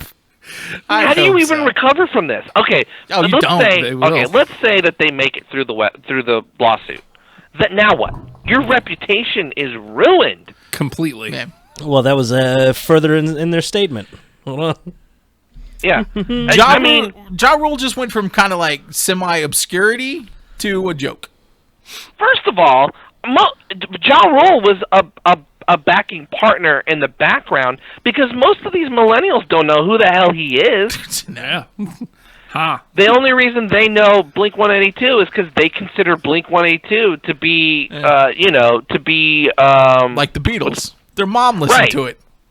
Yeah, exactly. They're like, oh, that's a throwback. Let's go see them. Oh, man. My parents got married to that song. I don't think Ja Rule is throwback enough for them to have known who that was. But the problem is that these cats, their reputation has been ruined with a very large group of very influential, rich, and powerful people. Yeah, like the influencers that they harnessed to do to bring their Exactly. they're going to turn against them. They did turn Of against course them. they will. They did turn against them. They're suing them. And all the Class regular action people hate The them. class action lawsuit. Like regular people are like, fuck them. Yeah. Fuck you. Who cares? We can't go anyway. What a great way to end the weekend. people were rooting for us after the worst day we've ever had as a company. Not me. After speaking with our potential partners, we've decided to add more seasoned event experts to the 2018 Fire Festival, which will take place at a United States beach venue. Uh-huh. And then they go on to thank the Bahamian Red Cross. Because that's it's a paragraph on, hey, we're going to make a donation if we figure out how we can keep any of this cash. Oh my gosh. Really? They're already peddling what they're going to try and do next year. Do you think two people have ever tried to launder more money at one time than is happening right now? This is like Bernie Madoff type shit. They right are here. hiding this shit in offshore accounts, in mattresses. In the Bahamas. They didn't even go very far for the offshore account. They went to the offshore account. In the Bahamas. They walked to the bank, gave them wristbands, and said, hey, we're cool, right? Cool, I'm going to civilization. They're like, cool, you keep that wristband because, we can put some money on it and you can trade it for goods and drinks. Good Lord. They probably actually did make 2 wristbands, and they're the ones wearing it, cashing it out. All the money that people went in, it just went into their wristbands. I'm not going to have to carry cash for 15 years. Just going up to, grocery stores trying to scan that wristband. Hey, what's up? Let me get this apple. Sir, I'm sorry. We don't accept party festival wristbands. What, sir? Do you know who I am? You know who I am? I'm Ja Rule. Oh, I'm sorry. Maybe this will jog a memory. # Fire Festival 2017. What up? As you can see, this wristband has a barcode on it. # party. # fleece. Who was it that said that? I heard somebody say that their apology, it would be funny if it was all hashtags. # we're sorry. Yeah, that was their statement. # Fire Festival. We're # we're sorry. # get you next time, bro. # we're keeping your money. # the wristbands are a lie. # not ours. That cheese was not government cheese. # gourmet. # bread. # cheese. # sandwich. # it was rye bread. # field greens. # salad dressing. Seriously though, it was such a delight, and nobody died, nobody got hurt. No. Just a bunch of. But it was really, really funny to read because it's just like you can't help but laugh. I'm sorry. It's just I feel bad for people who spend all that money, I guess. But ultimately, I'm just kind of like, I don't know, man. I don't know. I don't know what to say. You know, there had to have been a point where Ja Rule's just sitting there. What? Uncomfortable. That's true. That's true. There wasn't uncomfortable. I'm sure this joke will fly great now. Yeah. Mm-hmm. Oh, back up, get a run start. I'm sure you can get back into it. Go. You know, there had to have been a Boo! there had to have been a point where Ja Rule's looking at all of those underage bikini girls, just thinking, how many of their fathers are lawyers? Hold on, looking up age of consent in the Bahamas. Oh. Why is this happening right now? Ja Rule's like, I don't have to look it up. I know it by heart. Yeah. I'm Ja Rule. # don't care. Oh, Bahamas. Bahamas. Age of consent for sexual activity. Has no sodomy laws for sex in private. Okay, go on with the butt. The age for sexual consent is 18 for homosexuals and 16 for heterosexuals. What? Wait, what? 18 for homosexuals. If you're gay, you've got to wait 2 years? Well, you just have 2 years of heterosexual stuff. And Wait a minute. Are they hoping that you're going to mature out of it? Holy shit. There is a law against sex in public, punishable by up to 20 years in prison. That seems harsh. That doesn't seem But did you say that there's no laws against sodomy in public? First, it has no sodomy laws for sex in private. Oh, okay. So if you're gay and you're just having, if you're a gay man and you're just having sodomy, is that? But you have to wait wait till you're 18. In private, then you're fine. Apparently, there's a website called ageofconsent.com. I'm going there right now. Here we go. I feel like what you're telling me is that in the Bahamas, you can fuck anything in the butt. That's kind of what I'm hearing too. Apparently, even concert goers. Well, hey, they just got F'd in the A. Hashtag Fire Festival. So Hashtag F'd in the A. just throwing a concert just to get 16-year-olds down there. Good job. Yeah, 16-year-olds with a whole lot of money. With a hole. No, wait, Just they leave it didn't there. bring their money. You know what? You know who I feel really sorry for is DMX, who was planning his DMX Fest. Subtitled X Gonna Give It To You. Yeah. I thought Hashtag DMX what you was really dead. want. DMX has got to be dead, right? He's not dead. What? Isn't he dead? Or am I No. thinking of? I'm thinking of Old Dirty Bastard. Yeah, he is dead. ODB is dead.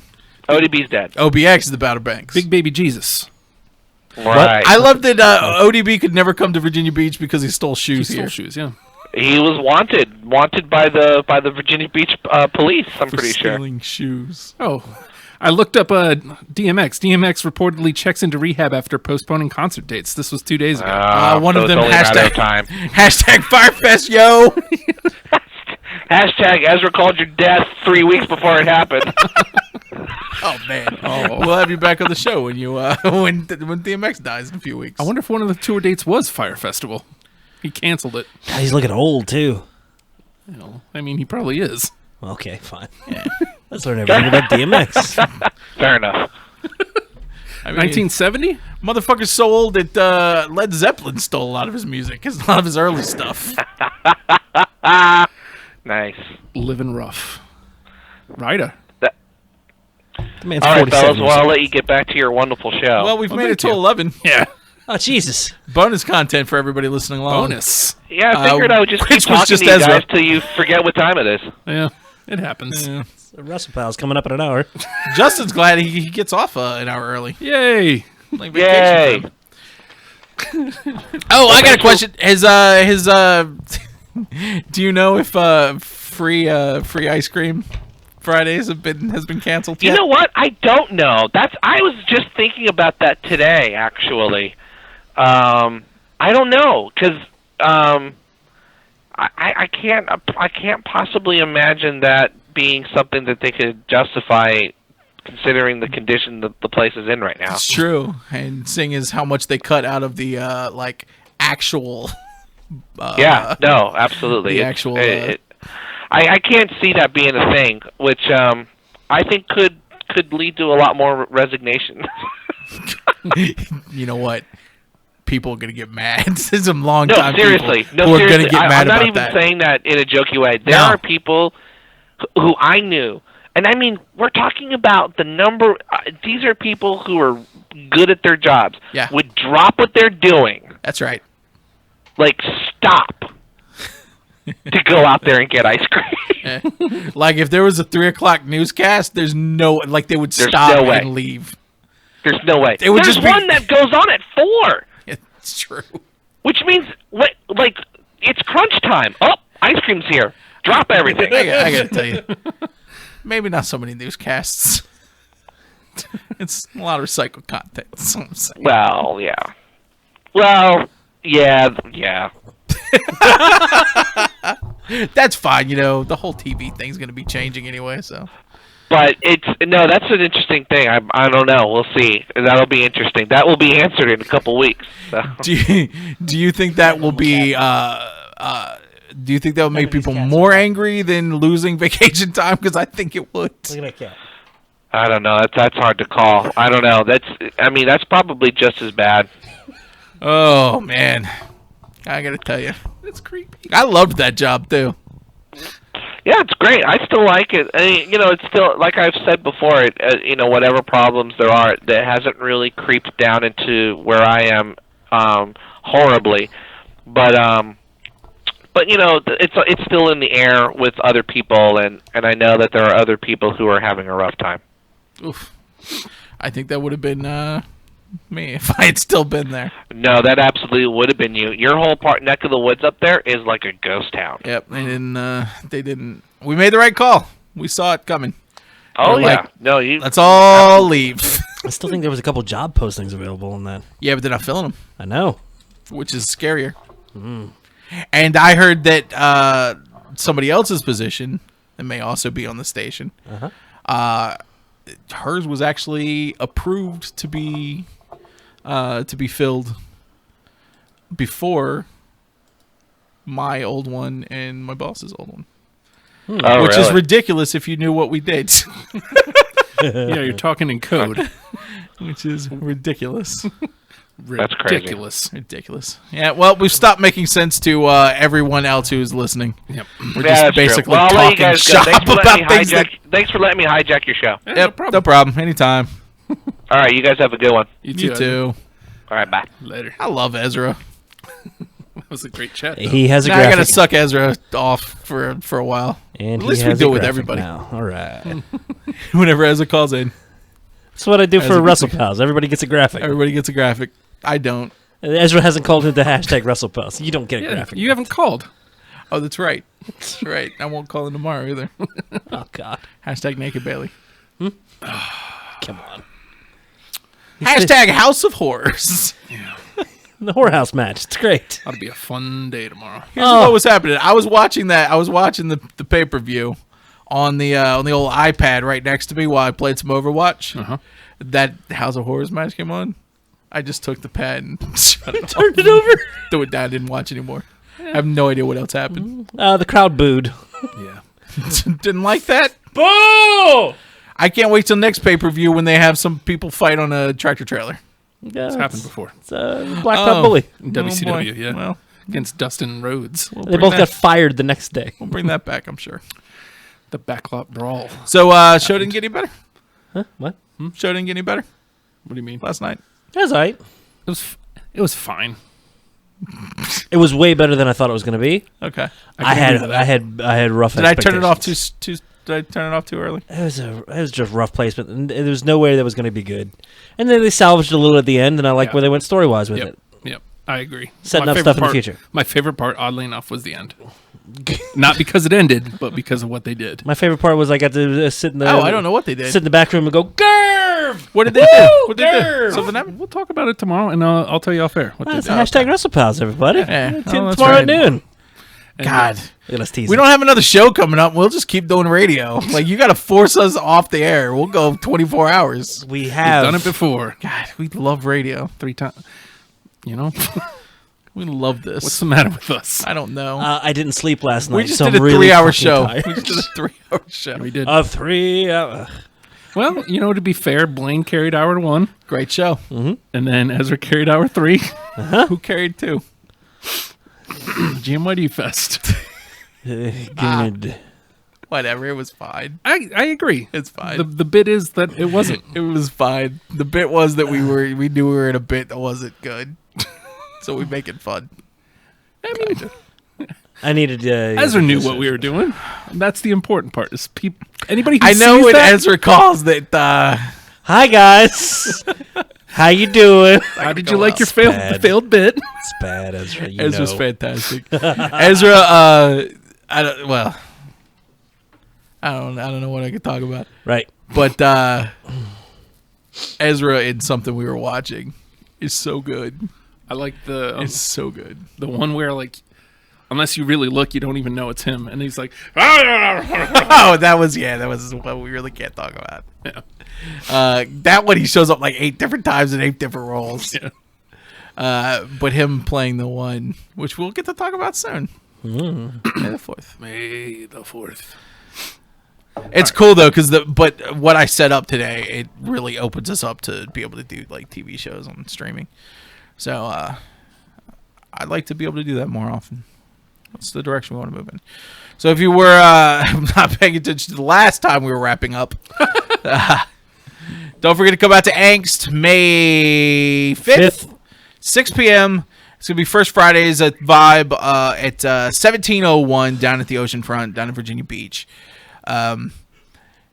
It's going to be a good time. We're going to have a bunch of people reading old diaries and poems and stuff and writings that they did back when they were in Delving middle through and for high the school. most embarrassing, horrible, angsty teen moments Absolutely. and bringing them for your pleasure and enjoyment. And I'm going to host, and we're going to be playing some games, and it's going to be fun. It'll be a fun time. So if you're around, you want something to do before you go out and get your guacamole and your margaritas, head down to facebook.com/Radio Free Radio and check out the event. Sign up and we'll see you there because we're gonna have fun. We're gonna have lots of fun. That's Friday, 5 p.m. It's gonna be Shameful Daddy. Friday at 6 p.m. I'm tired. All right. Also, if you have any content that you want to do, any kind of weird kind of content and stuff, send it our way. We're going to start doing a lot more video content. We're looking more for video at this point. Looking more for video than audio. So if you listen or you have a syndicated show that is in both the UK and the US, then, it's not really what we're looking for at this time. But if you have quality video content, then send it our way. Yeah, so let's do this. Oh, there you are. I would just like to say that GMYD is also hugely popular in both the UK and the US. Talking to all the stars like Blaine Stewart. And tomorrow morning, 10 a.m., will be young Nathan and young Justin will be talking to the hydraulic press guys. It's going to be a heavily caffeinated day, Nathan. It's going to be freaking good. It's going to be good for me because I get to listen to you guys while I work. I get to be Ezra. We're going to have so much coffee. Too tired to talk anymore. No. Patreon.com. Can you speed that up? Let's skip ahead like 20 seconds. Nope. No. Patreon.com/Radio Free Radio. $1. Come on. Just fucking $1. $1, $5, $10, whatever you can give a month is going to help us get into a space and move Radio Free Radio. Catfish account. Follow me. It's great. Sorry. It's awesome. We didn't mean to. We know you're not a catfish. We're just playing around. Think I'm in love. It's great. I am. You want to get in touch with us individually? Matt is at Have Issues. Justin Girls is never like me. Justin is at the Hulkster. Girls also never like me. Guys don't like you either. And I am at the Nate Project. The girls love Nathan. They love Nathan. He's a good-looking man. He's the pip. Nah, I look at you a lot. You don't want me. You don't want me losing the weight again. I turned into I'm an awful human being. You do not want that. That was a bad time, and I was a bad person. Sits in a corner and won't talk to anybody. But I do now. Busy day tomorrow. You know what I got to do? I don't know what. I got to go back to